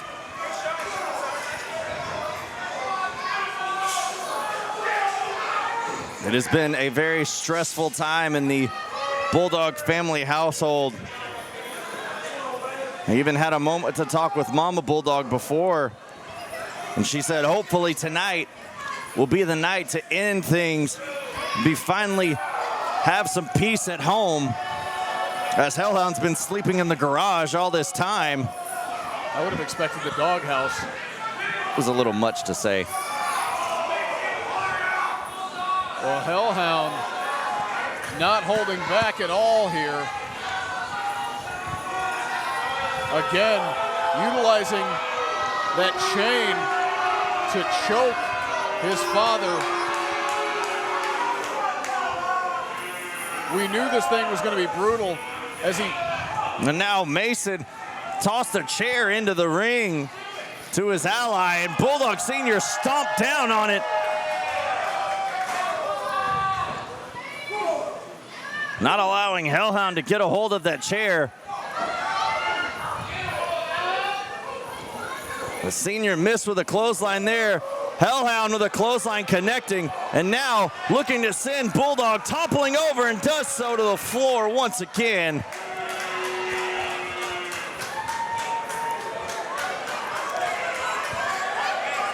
Now Hellhound has that chair. Lord only knows what evil intent Hellhound has for the remainder of this matchup, given what he has been willing to do so far. He's got that chair. Running lead. Oh, connecting as he ran clear across the apron like a baseball bat, swinging it across, connecting on the head of Bulldog Sr.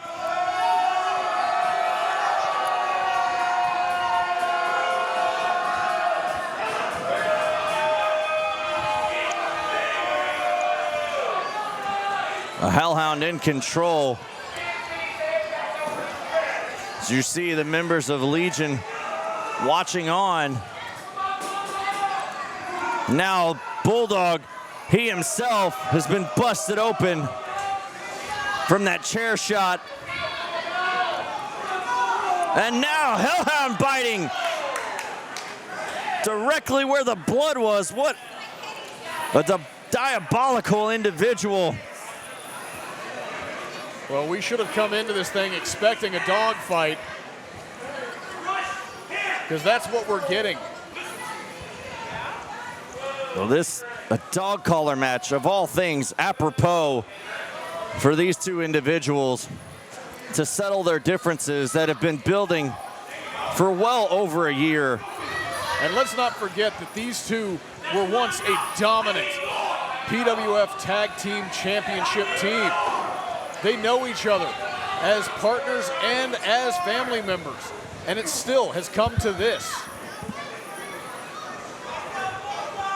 Hellhound again with the chair. Oh, right to the midsection. Oh, Bulldog Sr. Now Hellhound with a grin on his face, as he knows that he could just be moments away from putting away his dear old dad, putting the old dog down, if you will. This audience still behind Bulldog. And now the chair being across the throat, the pressure being applied on that larynx. That throat making it hard to breathe. And you can see it's taking quite a bit out of Bulldog, but Bulldog able to get that elbow up, stop Hellhound in his tracks.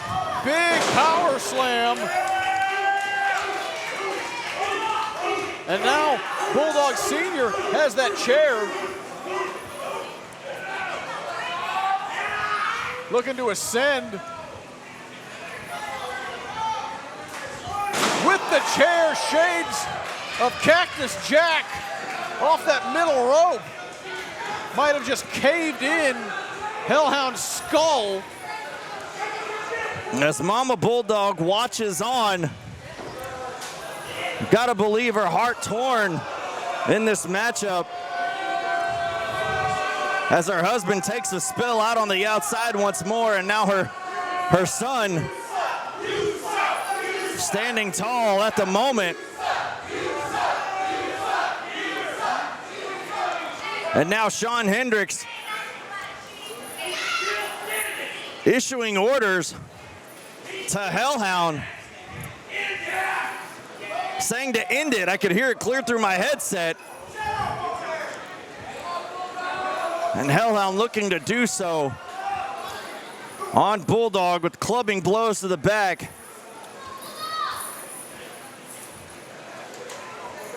Oh, now laying his dad across the table. Oh, Jacob, this could be bad news for Senior here. Hellhound on that middle rope. What is he thinking? Whatever it is, it's not good. Trent! Oh my goodness!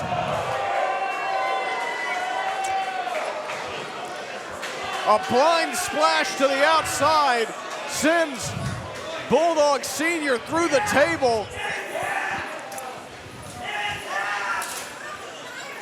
Now you hear Sean screaming at Hellhound to end it, and Hellhound Walker might have just very well done so with that Vader bomb-like maneuver to the outside, threw a table onto the floor. And forget about ending the match. He may be on the way to ending his father's life at this point. That's what I was gonna say. We were just talking about Bulldog Senior coming back from his first match in over a year, but he could very well be done. This could be the end of the career. A very short-lived comeback. Look right there, Jacob. Sean right there in the ear of Hellhound once more, giving him orders.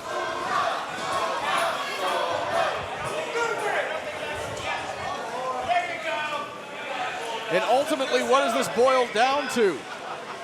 It boils down to the fact that Hellhound chose a new father figure in Shawn Hendrix.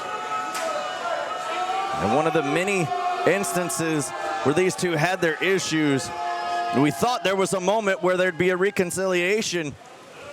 But Hellhound, obviously, it was a plan all along, and said his father told him to attack Bulldog Senior. And Hellhound mentioning father, talking about Shawn Hendrix. And now at the chair in hand, connecting square across the head, unprotected. But Bulldog remains standing. He's still up. Oh my goodness. But he refuses to stay down. Even on all fours, continuing to bark. Coming in, he got a spear out of it. Come on. There's still life in the old dog.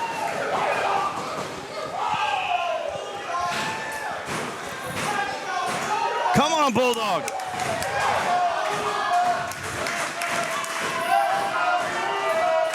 This crowd is absolutely losing their mind.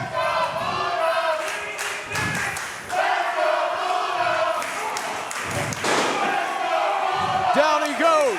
And again, here comes Malice and Bulldog. Taking the fight to him. Hendrix taking a shot as well, and now the chain being wrapped around the arm of Bulldog. Coming in hot with a clothesline, connecting on Hellhound. And there's a cover. 1, 2. No, but Shawn Hendrix pulled the referee out of the ring. This match could have been over. That damn Shawn Hendrix doing what Shawn Hendrix does.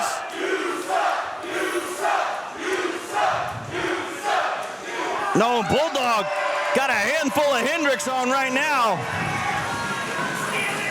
Oh, but Hellhound's up and whips the chain across his dad's back.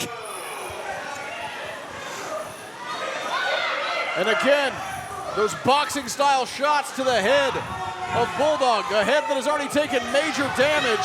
And now Legion. What is he doing?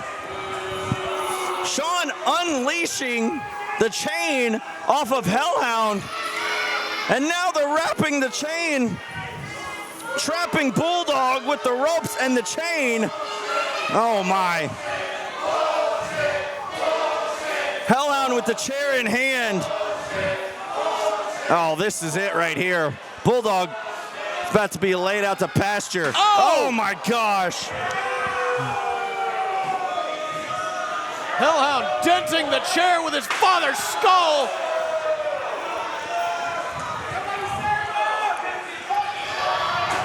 God damn it.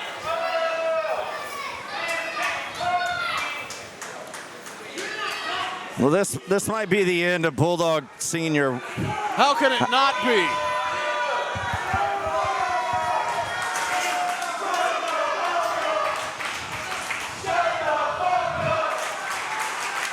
And Bulldog just trying to get back up to his feet, but is wrapped in the chain. Oh my goodness, Shawn Hendrix has a barbed wire wrapped chair. When will enough be enough? Somebody stop the damn match.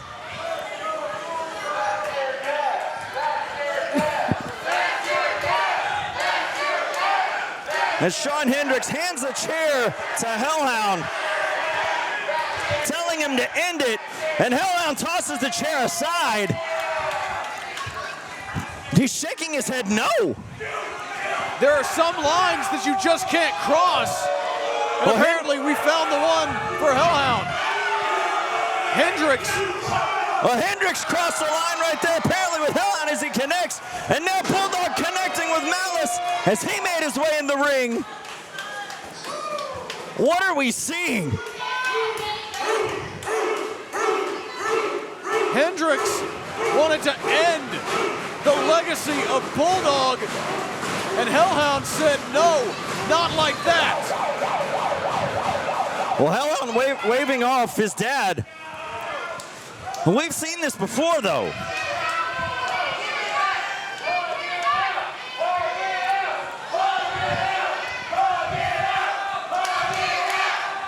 Here comes Hendrix. Hendrix coming in hot, connecting with Bulldog. Hendrix berating the lapdog of Legion.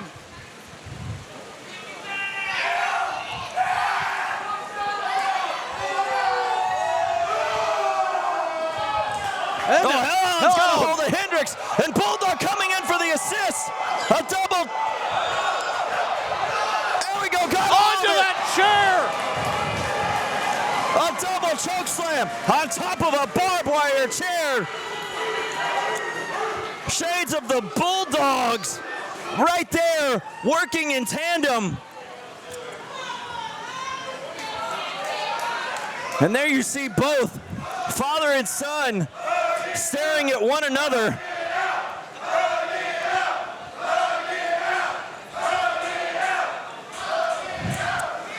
Is it? There it is. And there's Mama Bulldog right there. Much to the elation of the audience here. Jacob, I got goosebumps on my arms. A father and son seemingly reuniting here.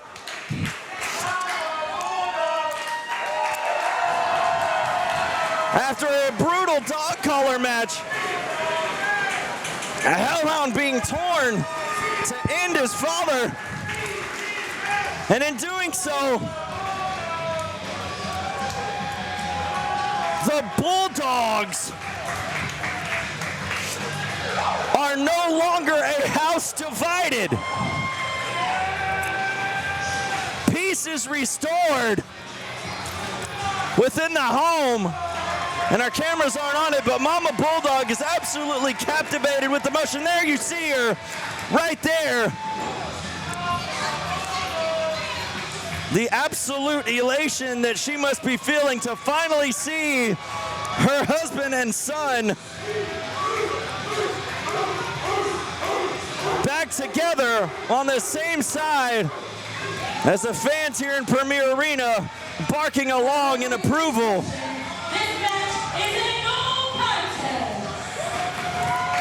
The match will officially be scored a no contest. We knew walking into a match like this, there are no winners. But that is especially true. The big losers here tonight, though, are definitely Legion, as they have lost their Hellhound, as Bulldog Sr. has regained his son here tonight at Anarchy. Bulldog Jr. has returned home.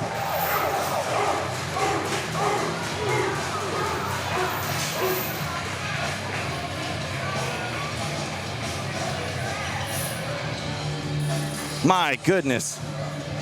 What a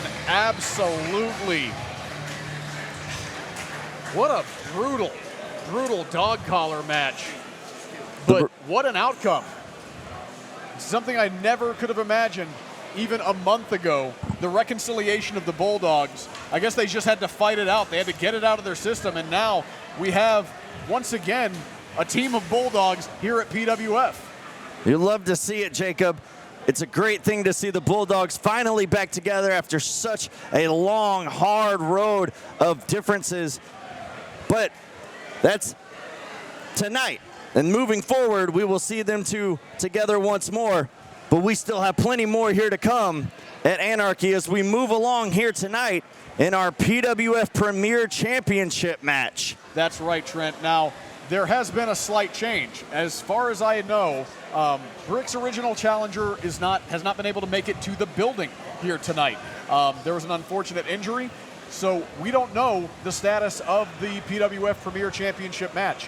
But we are going to move on, and I have heard that Brick Savage will address the situation. So I am not going to get in the way of Brick Savage. You could not pay me enough money to get in the way of Brick Savage. Idea. So one way or the other, let's go ahead and move back to the ring. The following contest is scheduled for one fall. It is for the Premier Wrestling Federation Championship.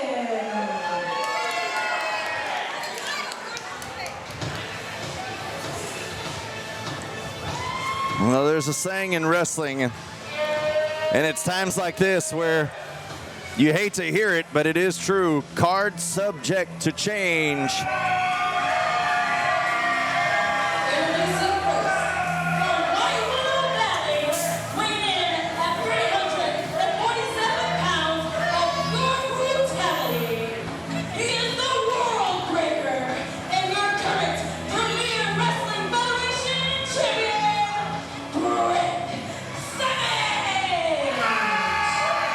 Savage making their way to the ring with that Premier Championship in hand.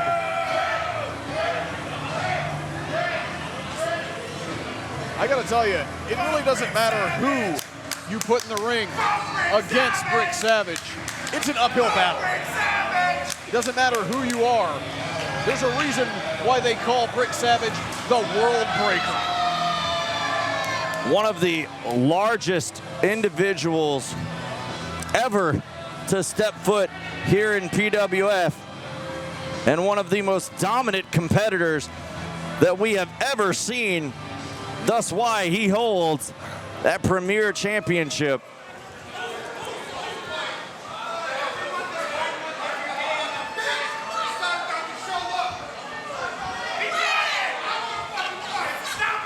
Brick Savage. Well, Brick apparently out here for a matchup, and doesn't matter who it is. Well, the lights have gone down. Oh my. Now, I saw Robert Martyr in the building earlier. I didn't know why he was here, but it looks like we're gonna find out. Robert Martyr.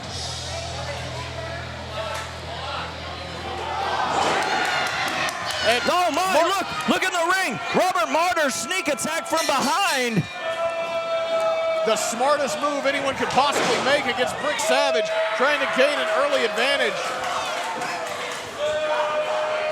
Well, that may be the key to success right there, is a sneak attack on a man the size of Brick Savage. And Robert Martyr, a very well accoladed competitor, a very strong competitor, could very well be the individual to take that championship from Brick. Drop kick on the money sends Brick to the outside.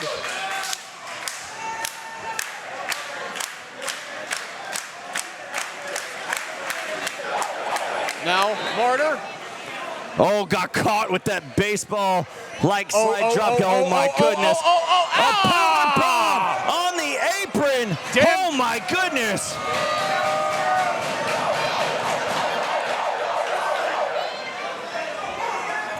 And now that sneak attack that Robert Martyr perpetrated on Brick Savage might come back to haunt him. because now you've got one pissed off Brick Savage. That is not what Robert Martyr wanted to do. Robert needed to keep the momentum going and just blindside Brick. Well, now Martyr to the outside. Brick gonna give chase. Brick looking to inflict a little bit of punishment. Front row knows the deal. As they move away quickly, and I mean, if Brick Savage said to move, I would very much do so. Oh, Irish whip into the chairs, good grief. That entire section of chairs has now been turned into a disarray. Well, Brick Savage looking to make a martyr out of his opponent, leaving him in a pile of carnage and detritus right in the ring at the ramp side area here at Houston Premier Arena. Now Brick tossing Martyr back into the ring. Oh, now just laid out. But Martyr able to get the shoulder up. Robert Martyr looked like a chalk outline in the center of the ring right there momentarily. You're not wrong, Trent, but you can never quite count out Robert Martyr. The man is feisty. Look at that, going straight after Brick. But I'm not so sure it's effective. Robert Martyr might want to adjust his game plan here. I don't think striking front first at Brick Savage is the way to go. Oh, was able to move out of that right there. Yeah, that's the smarter maneuver. Use Brick's own momentum against Brick. Oh, this might be a good idea right here. Jumping on the back of the much larger Brick Savage, trying to put the bigger man to sleep, it looked like. And now, transitioning, looked like working on an arm, going right back to that head again. Yeah, Robert Martyr has clearly seen the Princess Bride.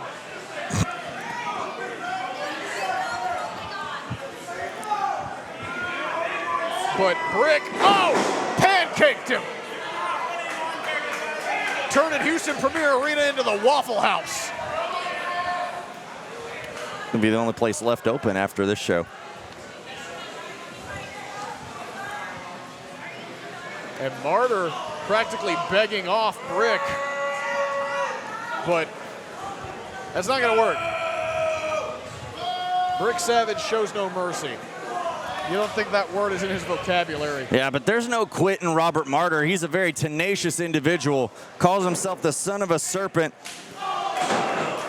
Beautiful, beautiful kick right on the money. There's a cover. Oh, only a kick out at one. And Robert Martyr's gonna have to do whatever it takes and go to whatever lengths it may be if he wants to try and take down the Premier Champion. And now, big strikes to the head, maybe trying to disorient Brick a little bit, but I'm not entirely sure there's anything that hits hard enough to disorient a Brick. Oh my, that was a big, strong clothesline. Actually took Brick off his feet. That's something I wasn't expecting to see here tonight. Oh, right now, Martyr in the momentum spot, standing atop the middle row, motioning for an elbow. Connects onto the shoulder and chest of Brick Savage, and there's a cover. But Brick shoved Robert Martyr off, just launched him. He got hang time off of that kick out.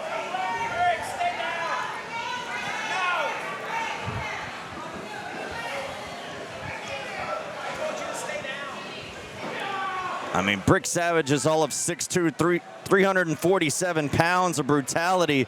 It is going to take a whole lot to take a man that size down. And there you see the strength on display as very quickly Savage turns it into a vertical suplex and a cover. Oh, Martyr struggled to kick out of that, just barely got out of it in time. And that's where the strength training and conditioning comes into play. But that's smart on the part of Brick. Every kick out takes something out of Robert Martyr. Every little bit depletes that energy, and now Brick stepping on the chest, right on that pectoralis minor muscle that connects the shoulder to the chest, and now holding onto the arm. Oh, I don't like the look of this. Oh gosh. Holding onto the arms and just stomping him down into the canvas.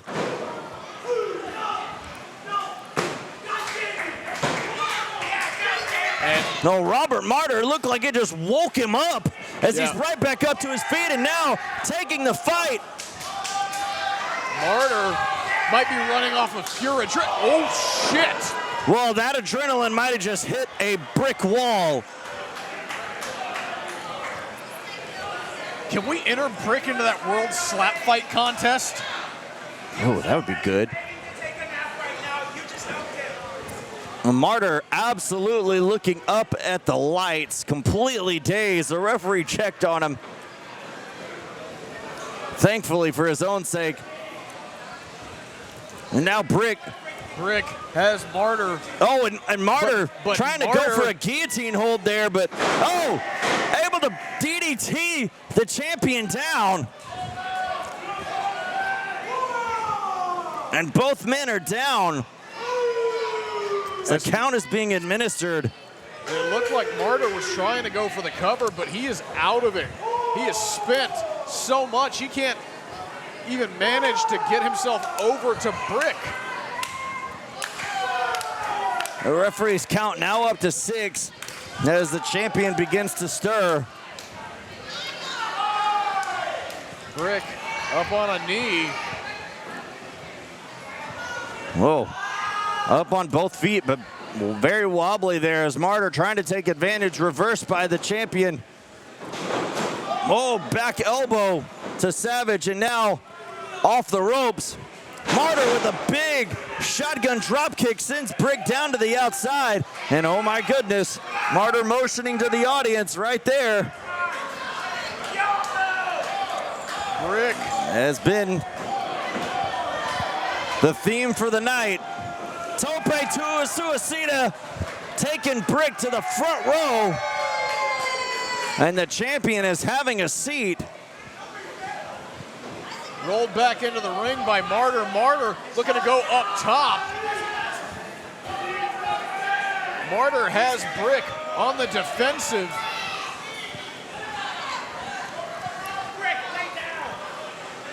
Now, the shimmy and the shake. Frog splash a la Eddie Guerrero. 2. And a 2 count. Only a 2 count. That might have been one of the closest times that we've ever seen. Brick Savage just narrowly saving the Premier Championship. And Robert Martyr, give him credit, taking the fight straight to the man.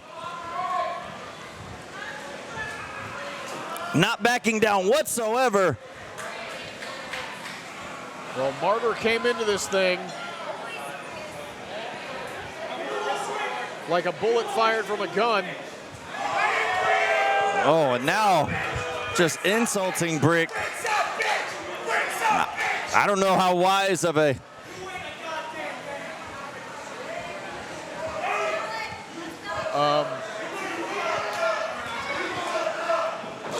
Oh my goodness.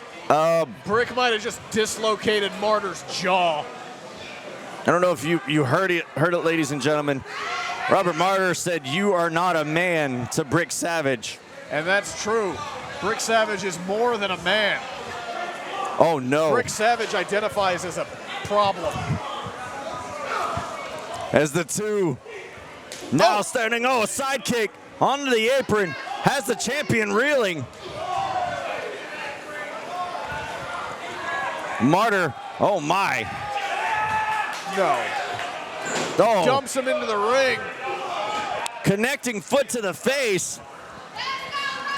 Going right back. Oh, Brick just picking up Martyr. Oh no, Haley knows this. Ow! Drop the bombshell.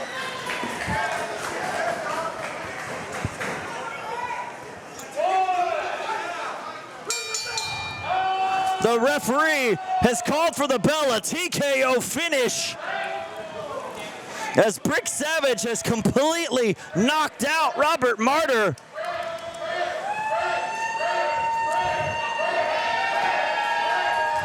Well, the champion retains his championship here tonight.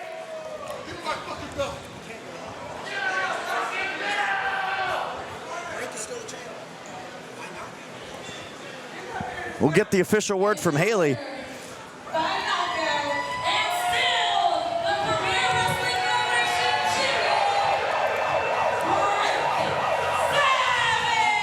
Well, Robert Martyr brought the fight to Brick Savage, but Brick Savage brought the atom bomb.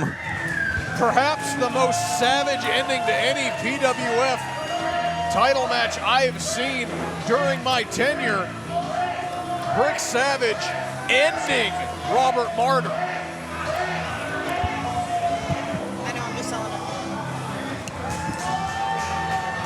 And with that, Brick Savage remains the PWF Premier Champion. He came in Good grief. looking for any challenge to his title, and I tell you, he got one, but that ended about as much as you could expect with an angry Brick Savage. That was a fight that Robert Martyr brought, but good grief. I mean, like I said, Brick Savage brought the bomb right there, dropping him on his head on the apron, so much so that the referee had to stop the match. A TKO finish, and Brick Savage would definitely take that for sure, any way, which way, to keep that championship. And that's the Premier Championship. As we continue to move on here, ladies and gentlemen, we now have the PWF Women's Championship on tap, and it is going to be contested in a street fight. That's right, Trent. This thing has been boiling for months. We've seen these two ladies face off in every manner of encounter possible, and it's come to a head. The only way this thing is going to end is in a no-holds-barred, knockdown, drag-out street fight, and we're going to get that right now. Raychell Rose has been the most dominant champion that the PWF Women's Division has ever seen, and Shay Carmichael might be the most tenacious competitor to climb through the ranks that I've seen in my time at PWF. So there's no telling how this match is going to go, but we're not going to wait another second. Let's go ahead and throw it to the ring, and let's get this fight underway. The following contest is a street fight for the Premier Wrestling Federation Women's Championship.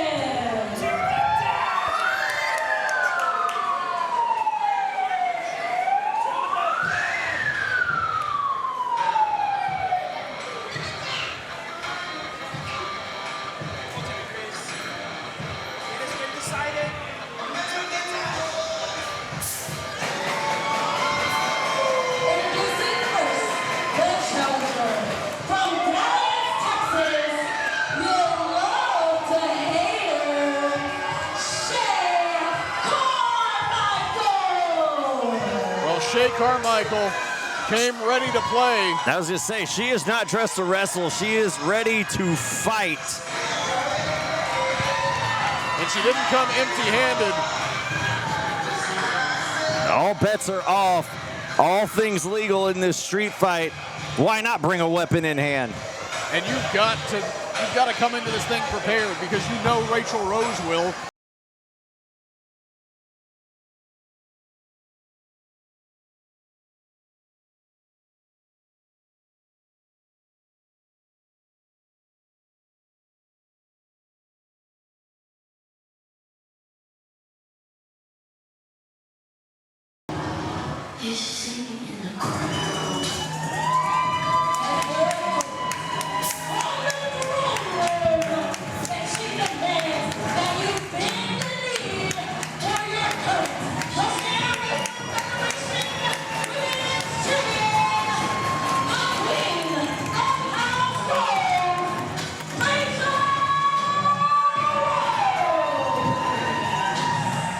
Raychell Rose also riding into battle, ready for the fight that lays ahead. And as I said, Trent, I have seen Raychell Rose in a street fight environment before. I've seen her take it toe-to-toe with Hollywood Haley J in a street fight down in Texas City. I have seen her go toe-to-toe with Hyan in a street fight in this very arena.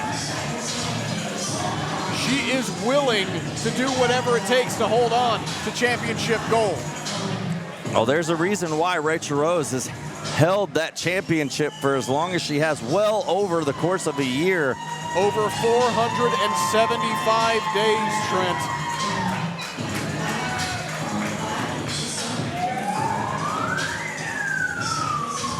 And these two no strangers, obviously, bad blood between the two. Raychell Rose having 2 victories over Shay Carmichael previously within the last calendar year. But Shay Carmichael, after her last losing effort at the PWF Women's Championship back in November against the very champion Raychell Rose, Shay Carmichael has been on a winning streak, has not lost a match here in PWF since then. She definitely has earned this title shot. This is not simply a vendetta. And this is a deserving challenger facing off against one of the most dominant champions PWF has ever seen. I was just saying, take notice of the shirt that Shay Carmichael is wearing. It is the last image that we saw last time we were on air. It is of Shay Carmichael standing over Raychell Rose with that very championship.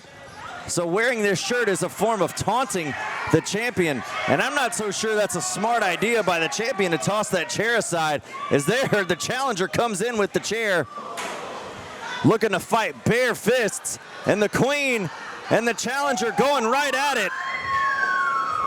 These two, this is going to be a scrap. This thing might give the Bulldogs a run for their money. As much as these two ladies hate each other, I would not be surprised at the level of brutality that they're willing to inflict.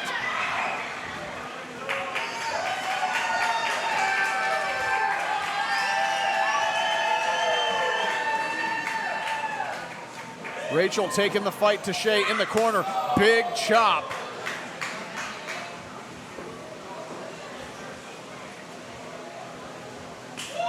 Another one as Shay retreats to the other corner. As the queen meets up with her once more. That's 3 corners.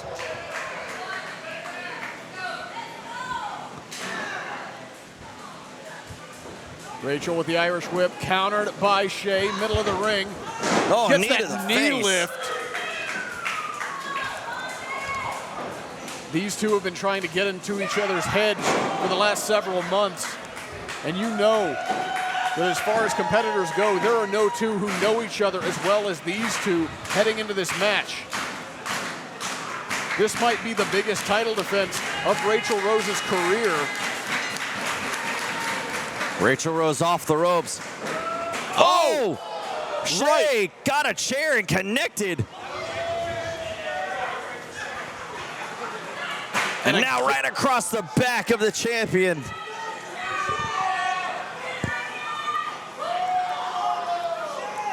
Shay taking the fight right to Raychell Rose, as we expected in this fight here tonight. Face first in the post goes the Queen of House Rose. And there you see Shay much pleased with herself thus far. Now bringing her over to the other side of the ring. Face first into the apron. And now, side hip first into the steel steps right here next to our commentary table. Check on her, Jacob, see if she's okay. She looks a little worse for wear, I'm gonna be honest. It's my job, Shay. For tonight, anyway. Anyhow, Raychell fighting back after taking a tremendous hit off of those stairs. As we imagined, the sidekick right there, stunning Raychell. As I was saying, as we imagine the fight taking place in every square foot in this arena. Oh, there's a trash can. Yeah, drop her in there where she belongs, Raychell. elbow across the back. Once more to the challenger as Shay tries to retreat back into the ring. Raychell bringing a little more plunder into the ring.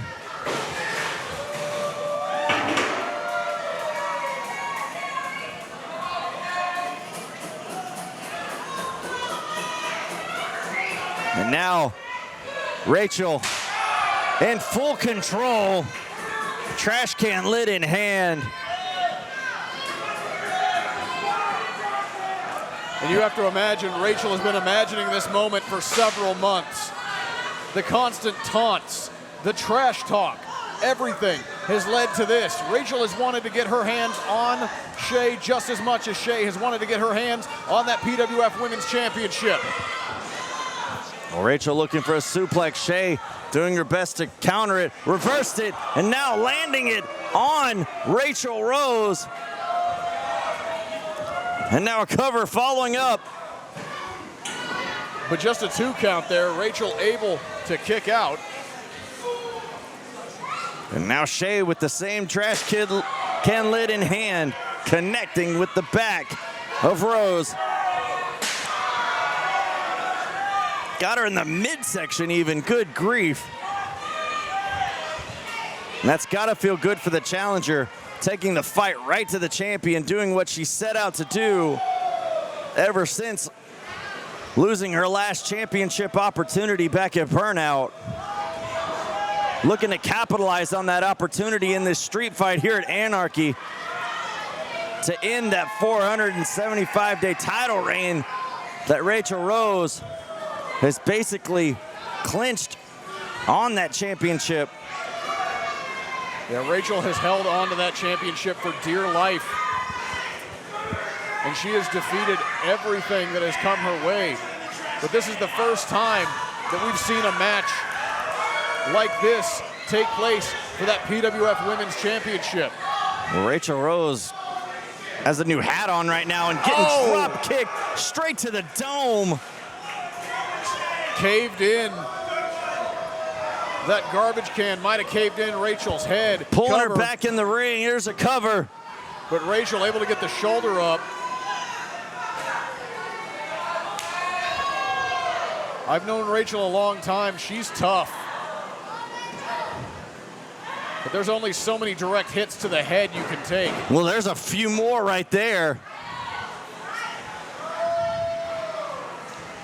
The challenger now pulling back in a modified camel clutch.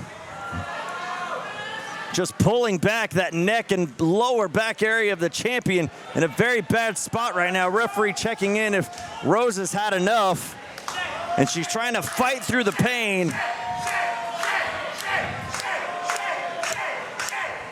Raychell desperately trying to make it to the ropes.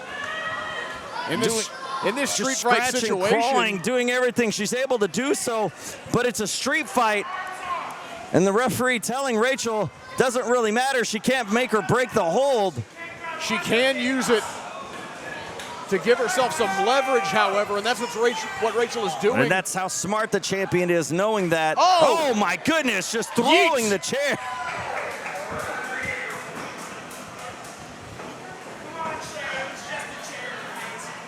And after yeeting the chair at the challenger, now Raychell has the chair in hand, looking to dish out more punishment. Swing away, Raychell. Let's give us an early preview of the home run derby right off of Shay's head. Raychell now rolling to the outside. Not sure what she's looking for. No, there's no telling. Looking for some more instruments of destruction. Well, we saw a barbed wire chair underneath that ring earlier. And oh, now the Queen's got a table in hand. And that's what a lot of people here, as you could hear the ovation as the table made an appearance, that they want to see. And as you see Raychell maneuver that table into the ring, that tells you everything you need to know about this contest. This is not necessarily just about defending that championship. She wants to put some hurt on Shay Carmichael. She had all the means to finish this off in the ring. But no, Raychell has designs in mind.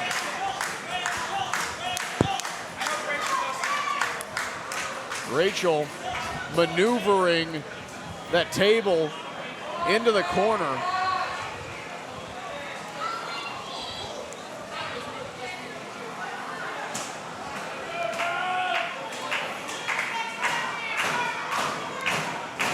Raychell now going back for the chair. The champion still late, or excuse me, the challenger still laid out on her back, giving the champion plenty of time to amass a brutal plan and positioning some of these objects here. She's on both knees. She can't bend it any further.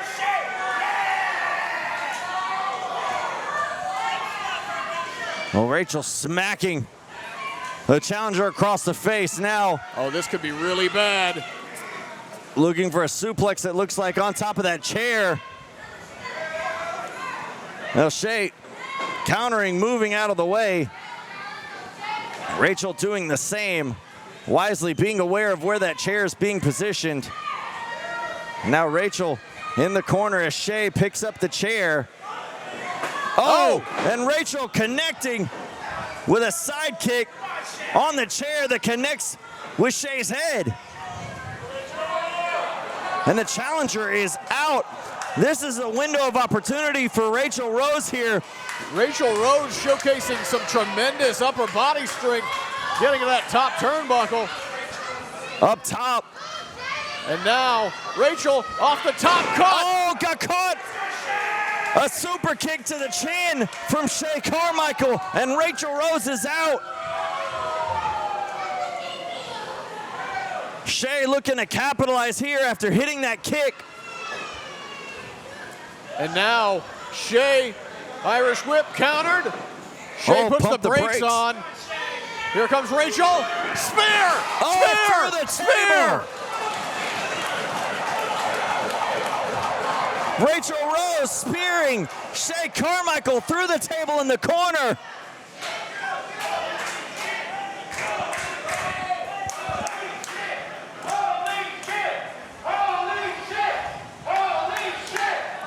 Shay Carmichael folded like a paper airplane through the table. And then flew through the air, just like one. And now both competitors down. Our referee starting the count. Lord only knows how angry both these women would be if this thing ended with both of them on the mat. There has to be a decisive victor here tonight, one way or the other. Now trading shots, center of the ring.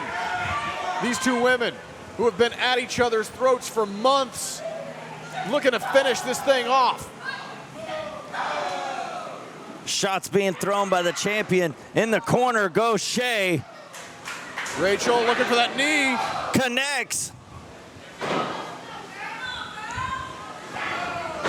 Big bicycle kick from the Queen. Raychell looking to finish things off here. Chair in hand, connects with the back. It doesn't look like that's it. Another one to Carmichael. And you can see the pain that she's in, and that's exactly what Raychell Rose wanted. Inflict as much pain and punishment on Shay Carmichael as she could, and is now telling Shay, well, she was telling Shay to bend the knee, and you see what Shay has to say about it. Now, into the garbage compactor. El Kabong.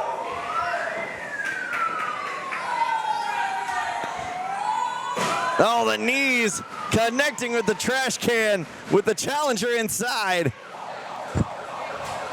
And now Raychell goes for the cover, hooks the leg. 1, 2, and no, Carmichael kicks out. Somehow, there's still some fight left in the challenger. How did Shay Carmichael kick out of that? Raychell Rose absolutely frustrated after that. I think she's going out of pure spite at this point. Well, there's plenty of that from her Raychell. For the champion. Oh, cutter with the cutter. Hooks the leg. 1, 2. No, Raychell gets the shoulder up. Shay Carmichael snuck one in there. That might have been it. Raychell.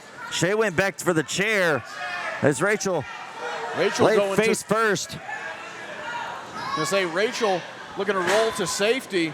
There might not be much safety here in Houston Premier Arena anywhere. No, we got tables, we got chairs, we got a trash can. Oh. Now's a roll up, a small package, but no, the shoulder's not down. Good spot by the official there. It's a good idea by Raychell. Unfortunately, didn't get the shoulder down, and now got a trash can to her face. Carmichael now going once again to the chair. Raychell.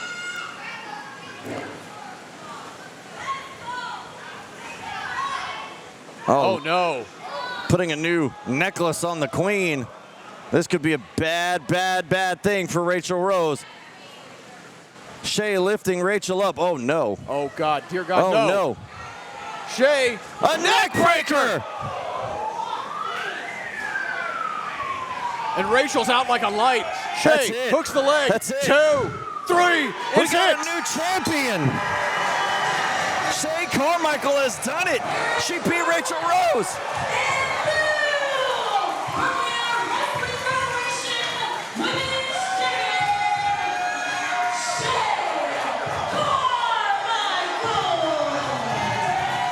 The reign of Raychell Rose is over.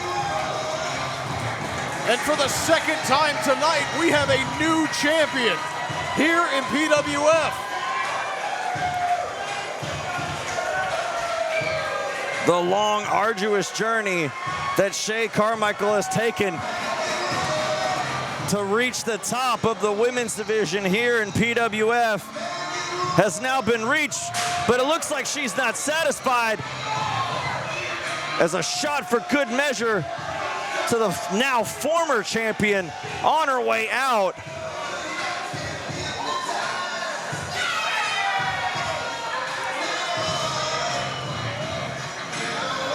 We have a new PWF Women's Champion, and her name is Shay Carmichael. An absolutely torturous affair, but that is not all that we have in store for you, ladies and gentlemen, as we now move towards our main event. Something that has also been brewing for quite some time, with the new blood of PWF looking to square off against the PWF Originals in a 5-on-5 team warfare matchup. Now, here's the caveat. We have no fricka-frackin' clue who the 5th member of Team PWF is. Maniac laid down the challenge, said, you bring 5 guys, we'll bring 5 guys, and we ain't talking about burgers. Now, who could it be? Who's the 5th man? Who is the 5th man? Speculation has been running rampant all throughout the last several weeks as to who it could be. Do you know who it is? I know names have been thrown about. I've heard names like Justin Tyler thrown into the mix, somebody who has also been around since the beginning of PWF, but I have no clue. I went to the backstage area. I was kept completely in the dark. I have no idea what to expect. All I know is that this bad blood has been boiling for months and months, and we are now finally going to see it spilled here in the 5-on-5 team warfare matchup here tonight, Trent. The team 5-on-5, I mean, and maybe 5-on-4. I mean, we don't know if the Originals even have a 5th man. Like we said, we don't know. For all we know, Trent, the 5th man could be one of Maniac's side personalities. I don't know, but we are going to find out here in just a few short moments as we go to our main event. And I do want to thank everybody for joining us live on IWTV for Anarchy, one of the biggest nights of the year. Hopefully tonight has lived up to expectations. Trent, I think this might have been the biggest Anarchy yet. Definitely one of the most eventful. Obviously, like we said, we got a jam-packed house here, one of the largest audiences that we have ever attending a PWF show. We'd like to thank the fans in attendance here, as well as those of you watching on IWTV for this momentous event that we have put on here tonight. And we've had a great show so far, like we said, Jacob. I mean, we still have the Anarchy Rules match coming up. And I mean, as we've seen plenty of Anarchy on here tonight, what we could very well possibly see here tonight could eclipse everything that we've seen thus far in all of the matches that we've had. Well, think back to this time last year, whenever we had that Anarchy Rules match at the end of Anarchy 2023. That was complete and utter bedlam, complete and utter chaos. I don't expect anything less here tonight as we roll into Anarchy 2024. As we continue to clean up the ring, we are going to throw things to the main event momentarily. Once again, I want to thank everybody for following along on IWTV or wherever you watch your independent wrestling. And thank you for supporting PWF and independent professional wrestling all across the United States and worldwide. Please make sure to follow Premier Wrestling Federation on Instagram and Twitter /X, whatever you want to call it. It's at Premier Fed on X and Twitter, and at Premier Wrestling Federation on Instagram. You can get updates and information on all of our upcoming shows, as well as where to find our back catalog online. So, it looks like we're just about ready to throw things to the ring. Trent, do you want to make any predictions for our main event here tonight? Well, we've seen Kane Carter taking an absolute path with that Ascension Championship and aligning himself with the Dream Team, who have had past history for quite some time now with one AWOL and Maniac, strange bedfellows as they've been, and they've aligned themselves, and now they are now being joined up with two members of the 8th Day. Remember, the 8th Day and the Dream Team have a little bit of a history with one another as well, but tonight, coming together as one with the idea of taking down what the Dream Team has called the Old Guard in the PWF Originals, and now as AWOL and Maniac and E-Rod and Chris Carter align themselves as well, it has created a very strange environment for this 5-on-5 elimination match. And again, we still don't know if there is a fifth man, and if there is, whom that individual will be. That's entirely true, Trent. And I've got to tell you, looking at the new blood and what they're willing to do to win a match, putting them in an Anarchy Rules situation basically opens the floodgates for violence. That having been said, keep in mind that one of the PWF Originals they're going to have to take down is AWOL, one of the most bloodthirsty individuals I have ever seen in a professional wrestling ring. So whatever we are about to see, it is going to be a violent and unhinged affair. So strap yourself in, guys, because we are in for one heck of a main event. And it looks like, is the ring clear? That tells you exactly how much carnage there was in that last match. Yeah, that's what I was going to say. It's taking a little bit of time to clean up after the brutal street fight that we just saw the women take part in for that women's championship. And, you know, I guess, you know, have to say congratulations to the new champion. Do we have to? Well, I mean, she did win. And she is nonetheless, like it or not, the new PWF women's champion. Apparently. Leaves a foul taste in my mouth. But again, a momentous night, one that has been full of spectacular moments, and I can only imagine that we're about to see more. And it looks like the ring is clear. We have been given the green light, and it is time for main event time. Anarchy Rules here at the Premier Wrestling Federation presents Anarchy 2024. So let's throw things to the ring and the lovely Haley Danielle one more time. The following contest is your main event. And it is a 5-on-5 elimination match.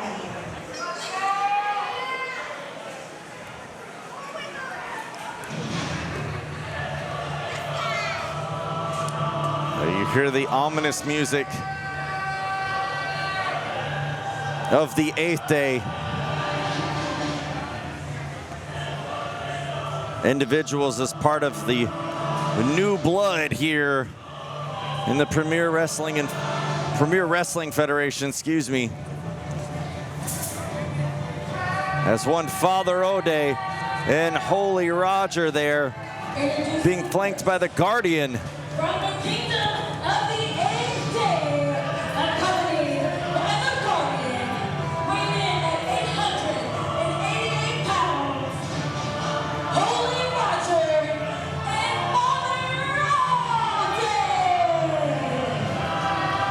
Father O'Day. O'Day and Holy Roger representing the 8th day with the Guardian at their side. The Guardian, who is not officially involved in this match, but who might as well be man number 6 for the New Blood. Yeah, I believe it. We've seen the 8th day numbers games and their tactics time and time again as the Guardian, you could say, being the wild card in this match.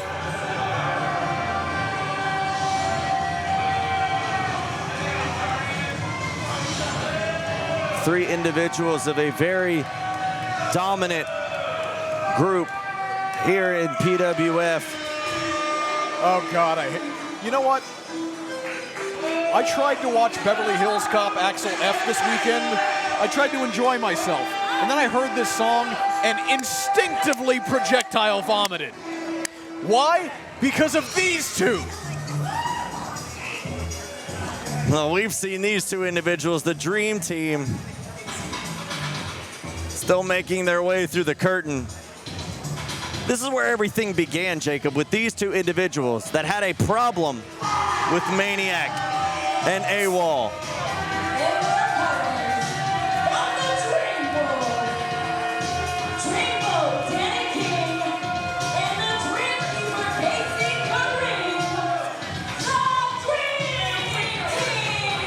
Oh, that water got me.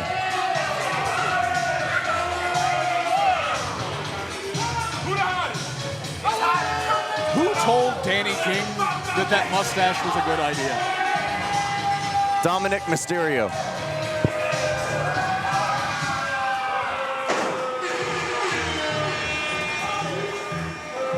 I'm Dirty Dan.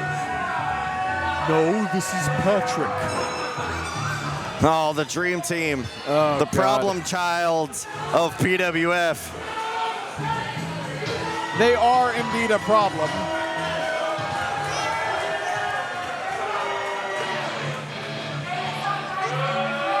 Well, this guy's a problem too. No comment.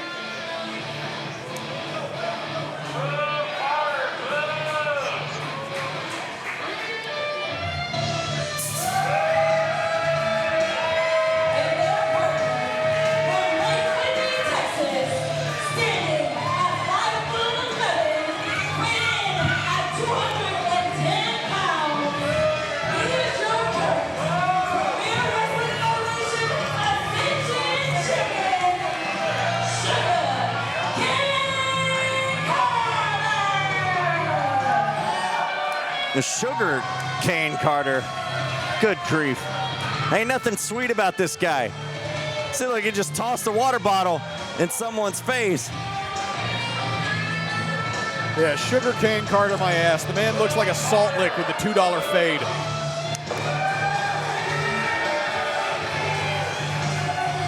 And there you see him holding that Ascension Championship right there. That Ascension Championship, well, kind of timely. It's PWF's version of the Money in the Bank, if you will. Cane Carter can cash in that title anytime, anywhere for an opportunity at the Premier Championship.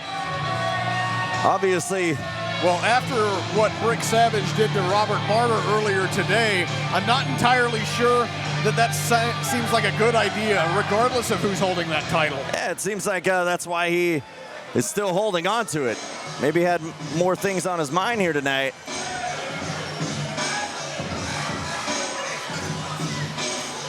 And now, the old guard of PWF will step up to challenge the New Blood. And the first man through the curtain is the standard bearer of PWF, the first ever Premier Champion.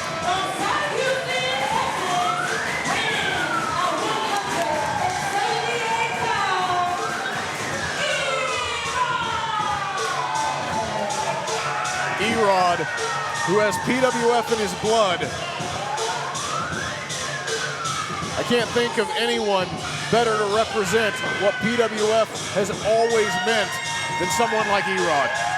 Yeah, Erod, a lot of fighting spirit that encompasses and represents the Premier Wrestling Federation. As you said, the inaugural Premier Champion. Who better to represent Team PWF Original than the first PWF Champion? And speaking of PWF Premier Champions, this guy, who might be one of the most well-regarded champions in this company's history, and perhaps the name most synonymous with Houston Premier Arena itself. A man who has jumped off of every rafter in this place. There's nothing in here that Chris Carter hasn't jumped off of. I've had to catch him a few times, even.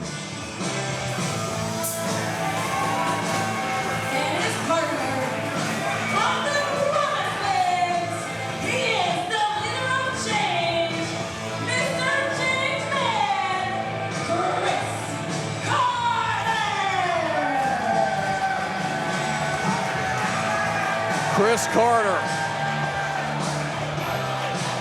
who the last time we saw was facing off against Kane Carter at the Texas Indie Showcase with that Ascension Championship on the line.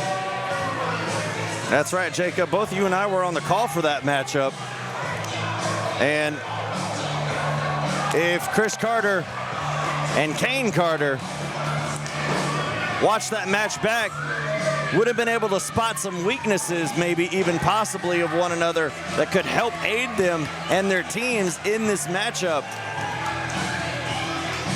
Remember, history between the two Carters, as Chris Carter right there was the very first opponent of Kane Carter when he made his debut in PWF almost 2 years ago. And how things have changed since then. And you have to imagine how much of it came from Kane Carter being placed under the wing of former PWF Premier Champion T-Ray. T-Ray got Kane Carter to move up to a whole new level.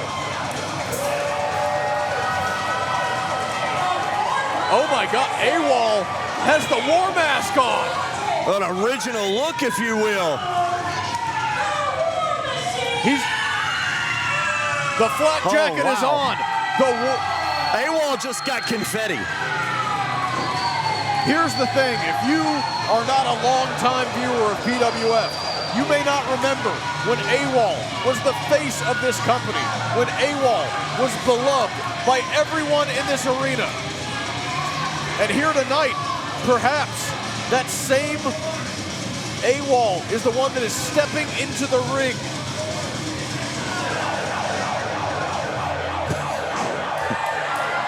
Tell Chris, this is how you do it. I never thought I would live to see the day when this version of AWOL would step back into the ring, and yet here we are.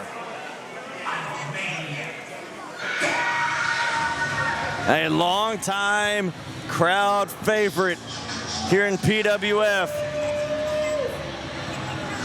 You could even say the heart and soul of PWF. And you could actually say that about many individuals on this Originals team.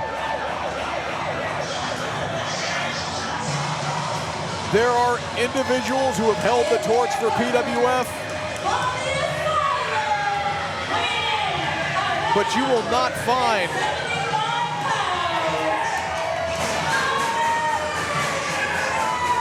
Come on, you can do it. I'm right here.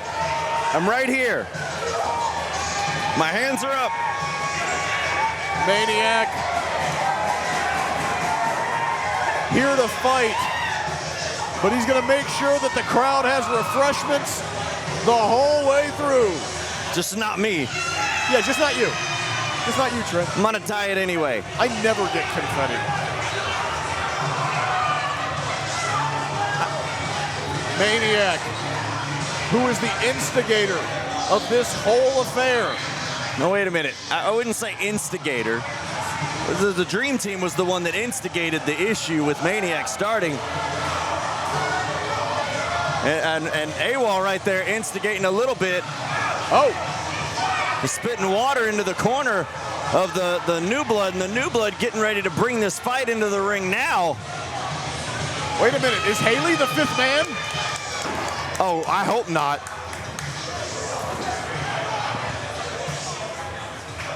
Well, there's 4 individuals of the original team.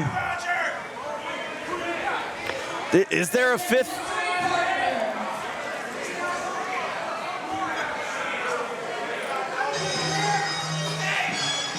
I don't know this music. I haven't heard this before. This is new.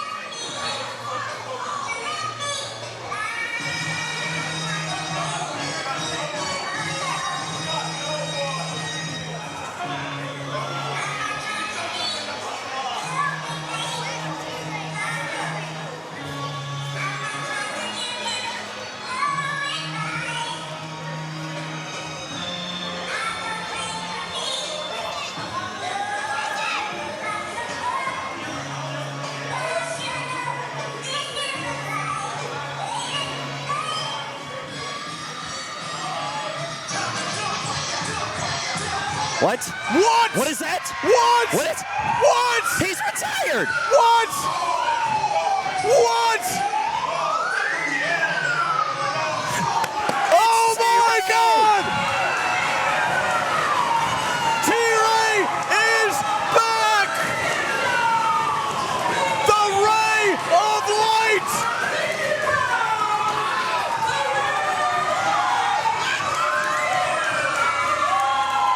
A PWF original. Of all the names I expected to walk through that curtain, T-Ray is not the one.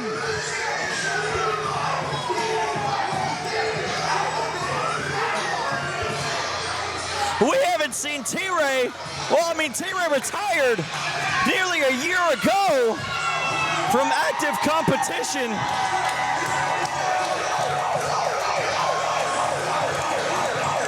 And now,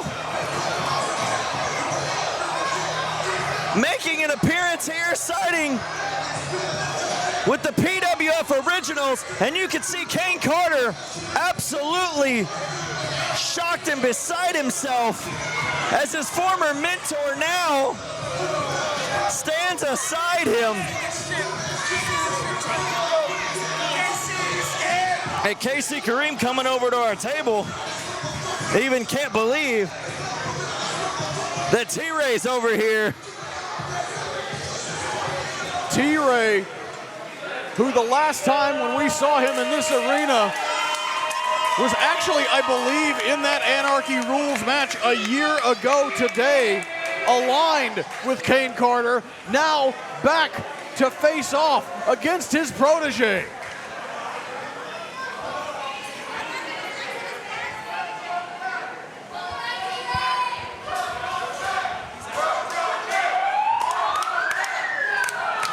Absolutely. The PWF faithfuls absolutely saying it for everyone. Welcome back, T-Ray.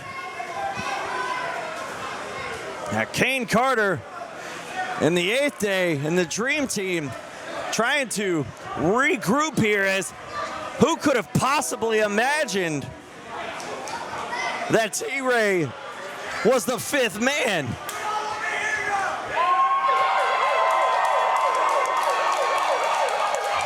The early momentum, Jacob, has to be in the corner of the Team Originals, as the New Blood absolutely can't figure out what to do.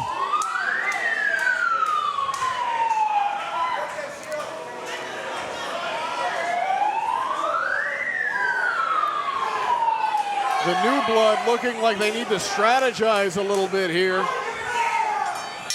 Bell has sounded and the main event is underway.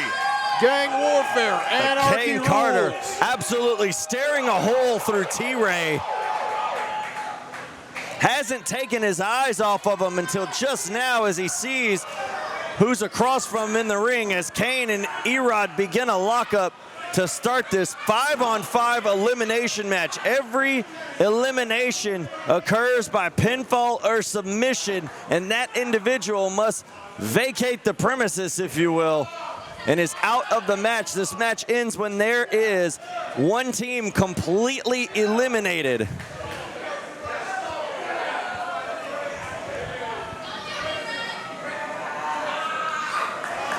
Oh, Erod, the side headlock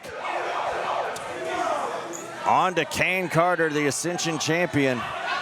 Kane using the hair to pull Erod back off the ropes to get him to break the hold, and now taking advantage. Reversed by Erod. Big shoulder tackle taking down the inaugural PWF champion as Kane Carter standing tall right here.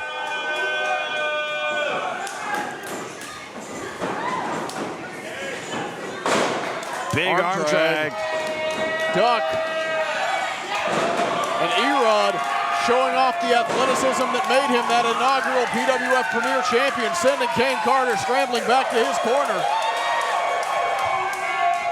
Kane Carter tagging in O'Day. O'Day completely unaware that the tag was happening as a blind tag from Kane Carter. Now O'Day, the legal man, steps through.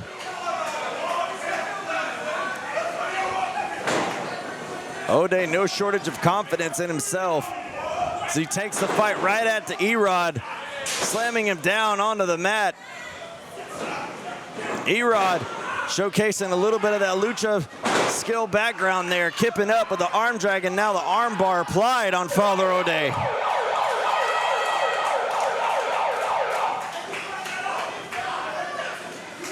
Tag made, and now in comes AWOL. AWOL with a big boot to the midsection of Father O'Day. And there's a vicious chop from AWOL on O'Day. O'Day fighting out of the corner. Dirty tactics. Well, that's what O'Day is known to do. Reversal by AWOL. Now a Luthez press, and the hammer fists are flying on O'Day.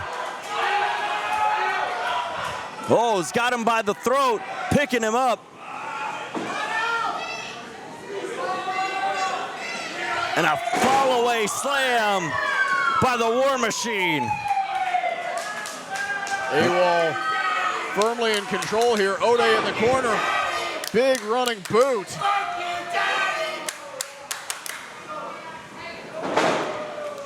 Rolling through, creating spaces. AWOL, basement drop kick into the corner. Yeah, AWOL going at it hot and heavy here. Maybe looking to get an elimination early. Take someone like Father O'Day out of the picture. Any of the new blood can be dangerous, but Father O'Day just tossing him into his own corner there as AWOL now tagging in Chris Carter. O'Day, AWOL holding O'Day in position for Carter to stomp on the back.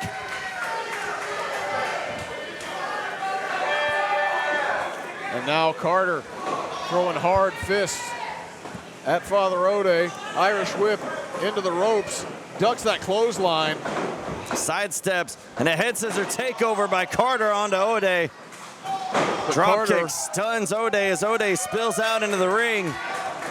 And Kareem with a boot of doom, connecting, stunning Carter. 1,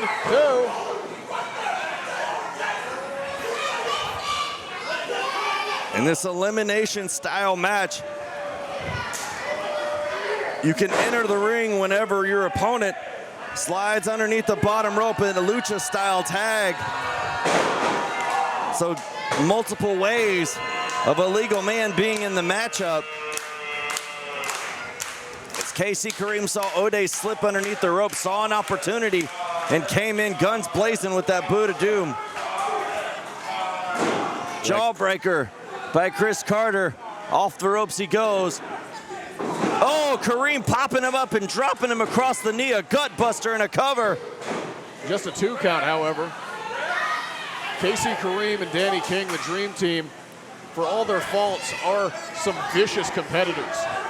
One of the most promising tag teams we've seen come through here in quite some time. Yeah, these guys got a ton of ability and a ton of talent. It's just the way they've gone about it thus far at the expense of the men that have paved the way, that have led us here to PWF being in existence for over 4 years now.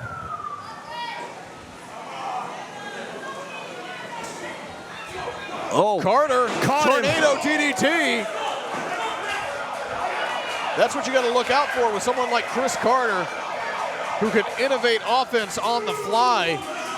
Saw an opportunity, able to raise the counter. And all 4 of the originals are reaching over, asking for a tag into this matchup from Chris. And Chris has just got to make his way to his corner. Shrugging off Kareem and tagging in T-Ray. Here comes T-Ray. The ray of light is now in the match. The Dream Team coming in. Danny King coming in hot and heavy. And T-Ray just taking on 2-on-1, no problem. Oh my, a half Nelson suplex onto Kareem. And a overhead belly to belly on Danny King.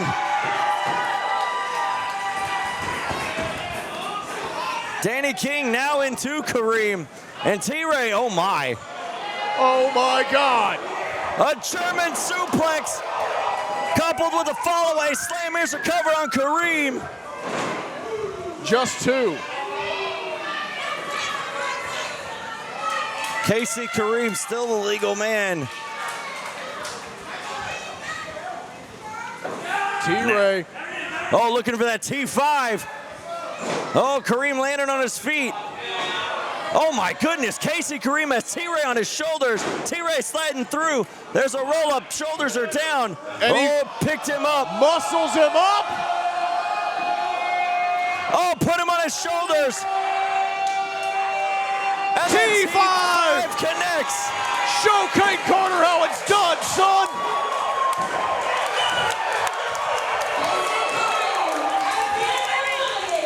Casey Kareem has been eliminated. Shattered dreams for the new blood as Casey Kareem is sent to the back packet. The new blood at a disadvantage.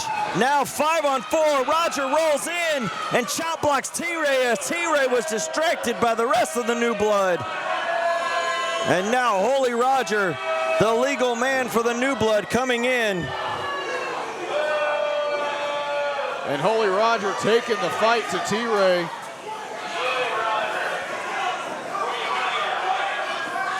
Danny King was helping Kareem out to the back, and Kareem said, no, go back and help the rest of the team. As Danny King hops back up onto the apron. And Roger going after the knees of T-Ray. T-Ray, who has historically had knee problems in the past. Well, one of the reasons why T-Ray retired a year ago,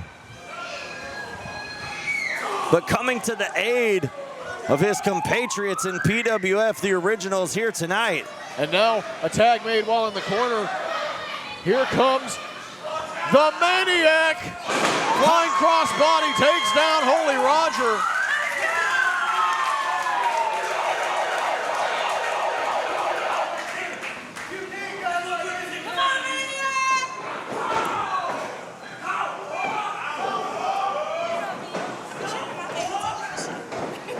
Roger ducks the clothesline. Spine buster. Maniac.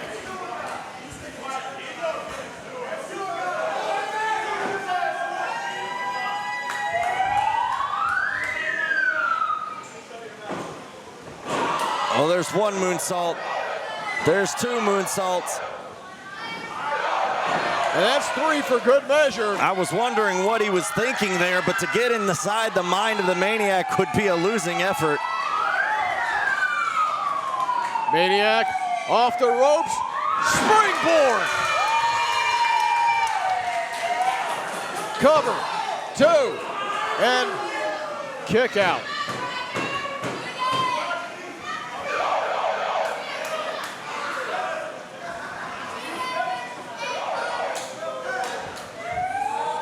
Tag now into AWOL.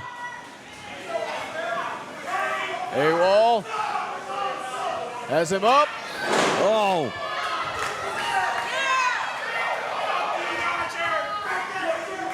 Sidewalk slam onto Holy Roger, aided by a Maniac dropping himself on top, and there's one German suplex. AWOL no stranger to send some new blood to Suplex City. Yeah, you know, there's plenty of suplexes in that tank. There's another. Two. But how many can Roger withstand? Roger doesn't even look like he knows where he's at. Yeah, Roger looking a little dazed and confused, holding on to that rope for dear life. Oh, Maniac kicked it loose as the third suplex connecting. And Roger landing high. Was beginning to roll underneath the ring, but AWOL stopped him there and now has him hooked on the outside, bringing him back in. And there's the strength and power. Oh, the Guardian tripped up AWOL, holding his legs down. No! Oh my God! Roger's Holy pinned. Roger with the assist from the Guardian. The Guardian held down AWOL's feet, and AWOL couldn't kick out of the pin. AWOL has been eliminated. There you saw the Guardian playing that wild card factor. Oh my God! AWOL, of course, not too happy, and now taking his frustrations out on the referee. And now there's no one to stop this thing from descending into total madness. And the rest of the originals trying to talk down AWOL. I'm not so sure they're going to be able to. AWOL not exactly known for his level head. And there we go, the melee is on.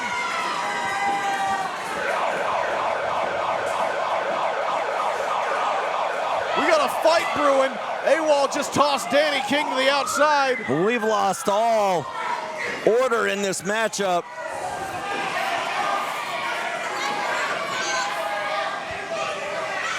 There you see AWOL taking the fight to the Guardian. Now T-Ray helping him out on the outside. And it looks like... Oh! What? The Guardian and T-Ray now fighting. Oh, Jesus. The Guardian right here on the outside. This thing is broken down completely. Maniac right here in front of us. Maniac off head the of rope. steam, up and over. Bodies everywhere. This is just pure chaos at this point.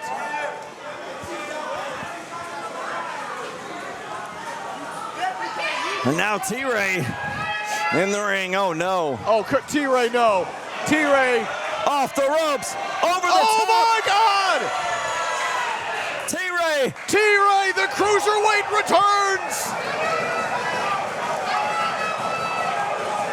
It's 205 Live up in this bitch! Oh no, I think AWOL heard you. Now AWOL going up top. No freaking way! AWOL going AWOL! AWOL literally like a cannonball, taking down everyone, and now all men in this match are down. The absolute carnage strewn across the ground here in Premier Arena. I've seen some stuff, Trent, and some things, but this is crazy.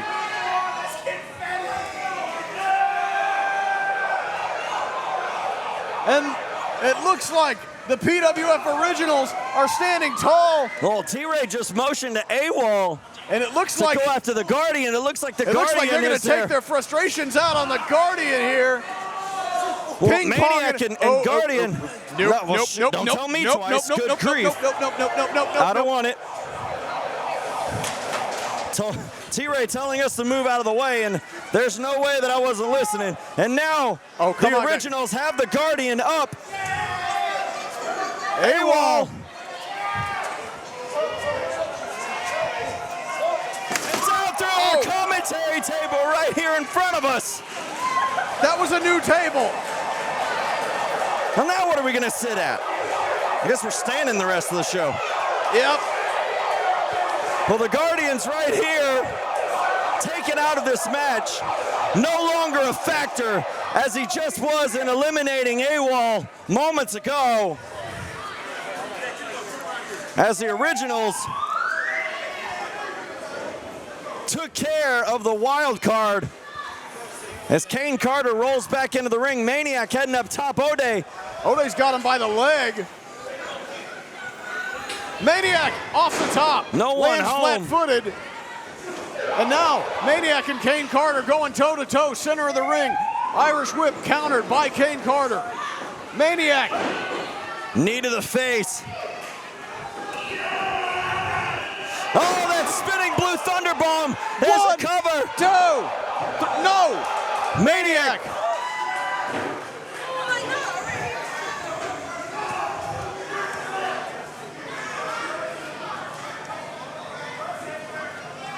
Maniac able to kick out.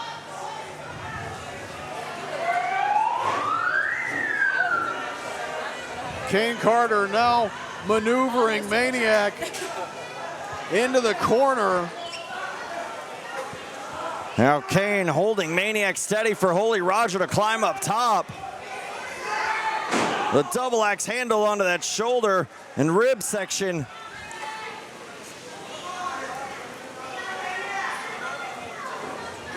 And now Danny King holding on to Maniac as Roger just taking the boots to him down on the outside. And now Kane Carter taking advantage as well. O'Day joining in on the fun as Roger momentarily distracting the referee. As the sides are even 4-on-4 now as this elimination anarchy match continues.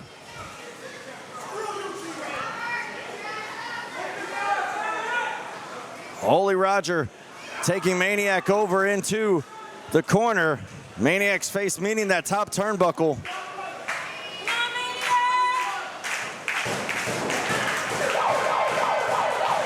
This crowd trying to will Maniac and the Originals to victory here, trying to get Maniac up to his feet. Kane Carter with a fan trying to cool off his teammates. A literal fan, not like a human person in attendance. Not one of the PWF faithfuls. Maniac shoulder pushing Roger into his corner. Chris Carter making a blind tag. Roger didn't see it coming in hot and kicking in the face. Roger stunned. Here comes Carter. Calling for the kill shot off the ropes. God cutter. And now tagging in E-Rod. E-Rod gonna go up top. And Frog Splash connects. Cover on Roger. 2. And Holy Roger now has been eliminated. O'Day not wasting any time, going right after E-Rod after taking out one of his 8th day brethren.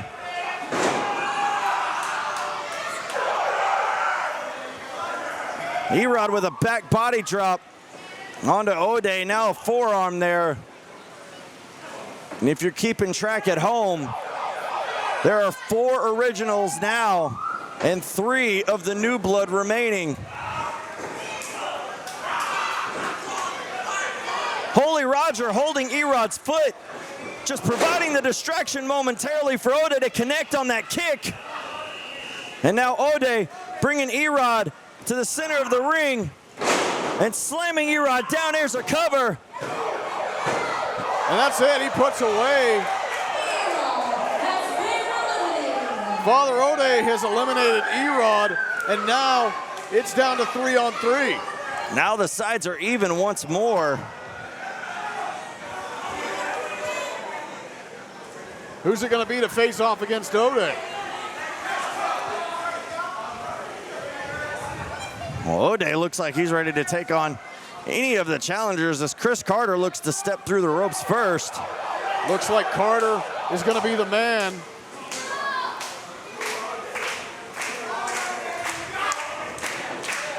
Ducks the clothesline. Going right after Kane Carter on the outside. There's the speed of Chris Carter, taking the palm strikes right to O'Day.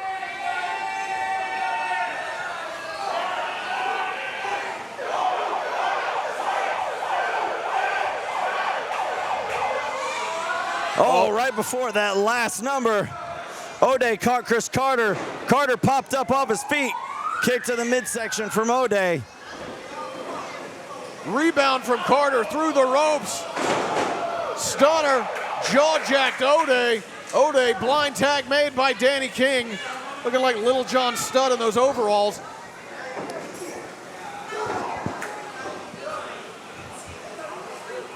Irish whip. Ducks the clothesline, springboard, caught by Danny King, unprettied.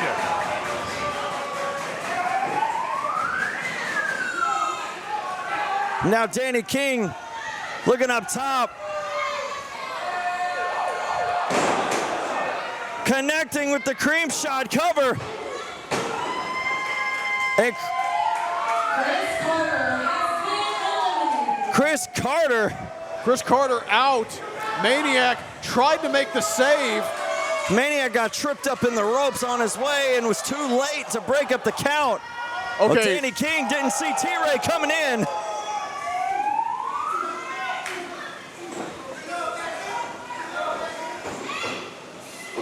Oh, this is going to be beautiful. No. T-Ray off the ropes. Boom, spine buster. Oh, T-Ray going right after Kane Carter. Kane didn't want no part of that. And now taking the fight to O'Day. As O'Day was standing right there on the apron, T-Ray, doesn't matter who it is. Now O'Day's not the legal man, T-Ray. Danny King is off the ropes, connecting with a flying European uppercut. And now King and O'Day working together to take the boots to T-Ray, and now the Maniac coming in. And Danny King throwing him outside the ring. Maniac to the outside, and now T-Ray is in no man's land at the mercy of O'Day and Danny King. Right to the knees, and a drop kick drive-by to the head.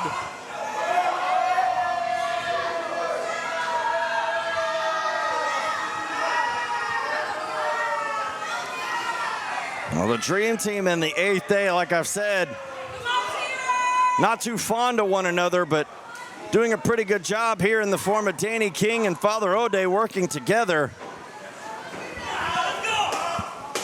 And now has T-Ray hooked. Oh, or does he have them? We know the strength of T-Ray. And there it is. On display.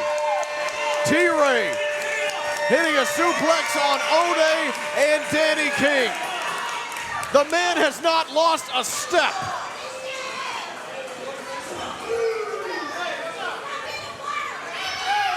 T-Ray, that might have taken a lot out of him, going for the tag. No! Kane Carter, you son of a bitch! Kane Carter snuck around and pulled Maniac off the apron so he couldn't get the tag, and now dropped his face on the steel steps right in front of us. Leaving T-Ray in the ring at the mercy of O'Day and Danny King once again. Oh God, Maniac busted wide open off of that headshot to the steel steps. Now Kane just brutalizing Maniac on the outside. And Father O'Day, double underhook. Looking for the Angel's wings. Oh! T-Ray undeterred as Danny King. Cover 1, 2. No, shoulder got up. Danny King And I think Danny King was aware that his shoulder was up as he was just rolling out of the way. And now T-Ray sitting in the ring as Kane Carter slowly crosses between the ropes. And now you have T-Ray and Kane Carter facing off. You have the teacher and you have the student. Has Kane Carter reached the point where he can take on his old mentor one-on-one? They are trading shots, center of the ring. T-Ray! T-Ray discus lariat missing. Kane Carter off the ropes, connects with his drop kick. Now Kane Carter, the wrist tape is off. Maniac still laid out on the outside. Kane Carter might be looking.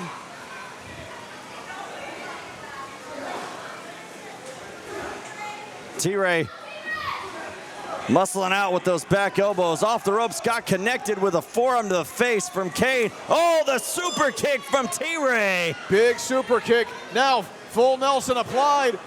Kane Carter with the elbows trying to create separation. T-Ray has him up. Kane fighting out, down. Oh, bringing down T-Ray. Trying to go for that crossface. The crossface has put away opponents here in PWF. You gotta hold out, T-Ray. The T-Ray's strength is unlike most other opponents. Kane Carter's him up. He has him up. T5. The T5 connects. Cover him, T-Ray. Roll over. T-Ray slowly draping an arm across Kane Carter. Cover. Oh, Kane Carter kicks out at 2.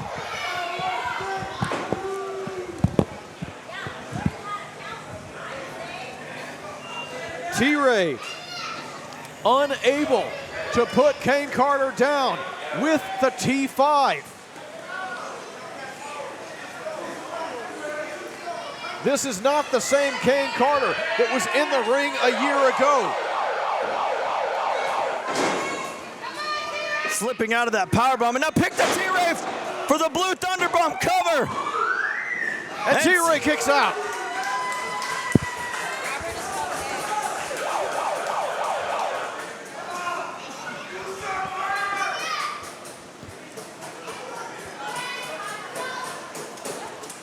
Maniac still laid out on the outside after the brutality issued by Kane Carter, whose frustration is now mounting with T-Ray, as T-Ray and Kane Carter are both on their knees.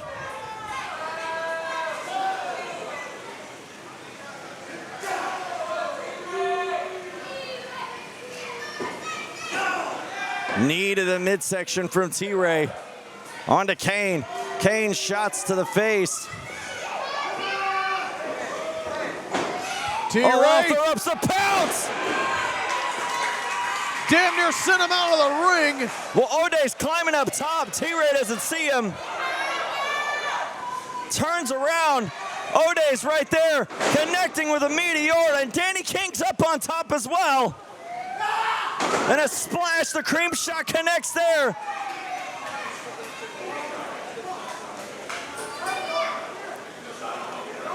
And now O'Day and Danny King arguing at the official as Kane Carter has the Ascension Championship in his hand.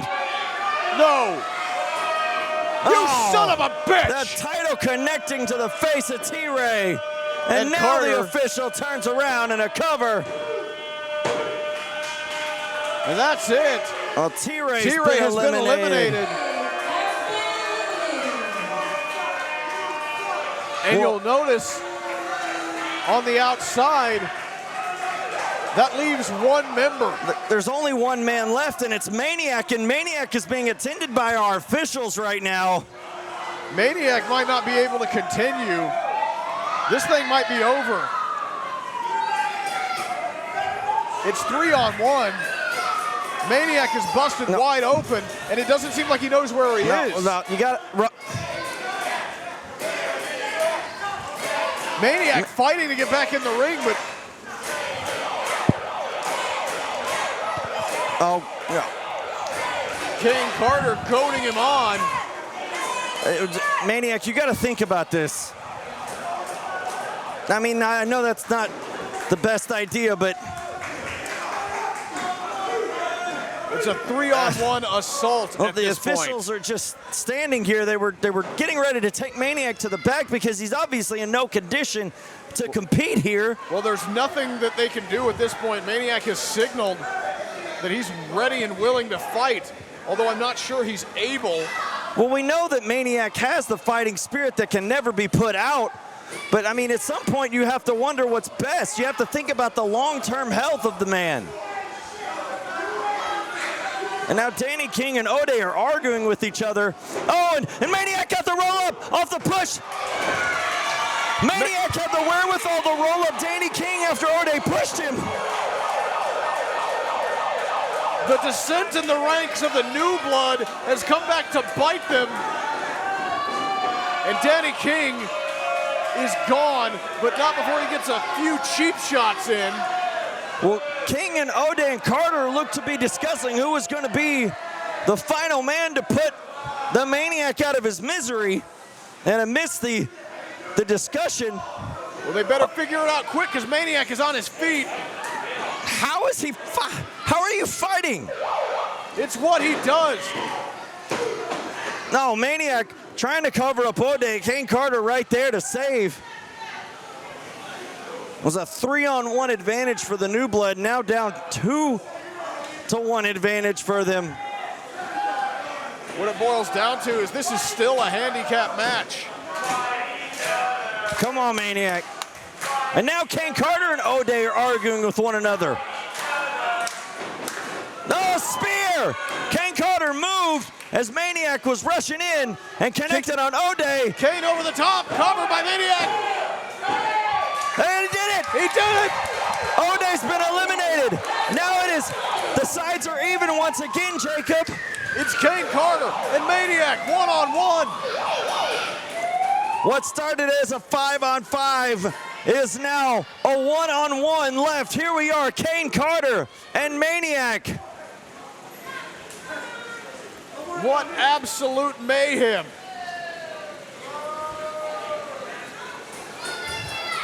Well, Maniac's been brutalized in this match, and it's been a sheer miracle at this point that he's gotten 2 eliminations. And now a cutter! He got a cutter!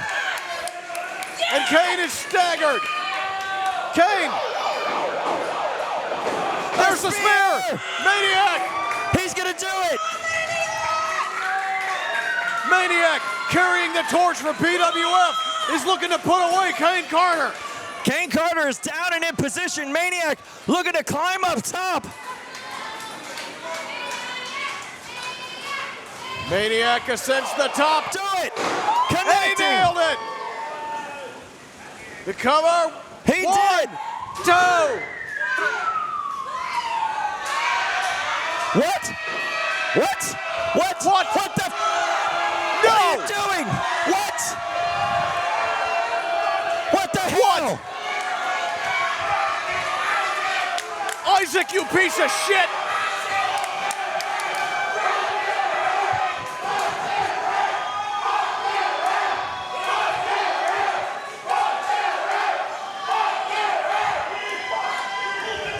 And now we know why Isaac refused to let Maniac be taken to the back. This was coordinated. Oh my God. Well, we know Isaac is an official, and now he rolls over Kane Carter. What?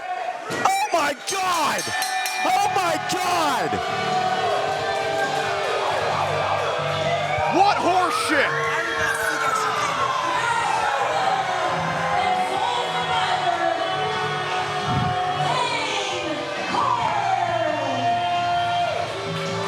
A crooked official.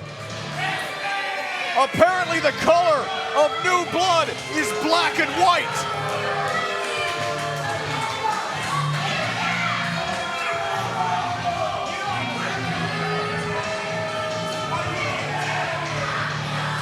I cannot believe what we have seen.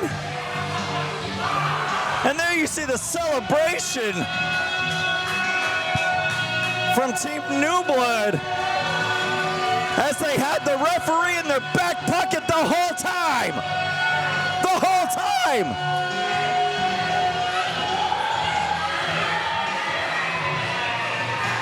At the end of it all, the New Blood stands tall to reign over PWF. I am not sure that this is a PWF that I want to be a part of. What absolute horse shit. This is an abomination, Trent. This is a corruption of everything that PWF stands for. I don't even know what to say. Like, the match was over. Maniac had it won.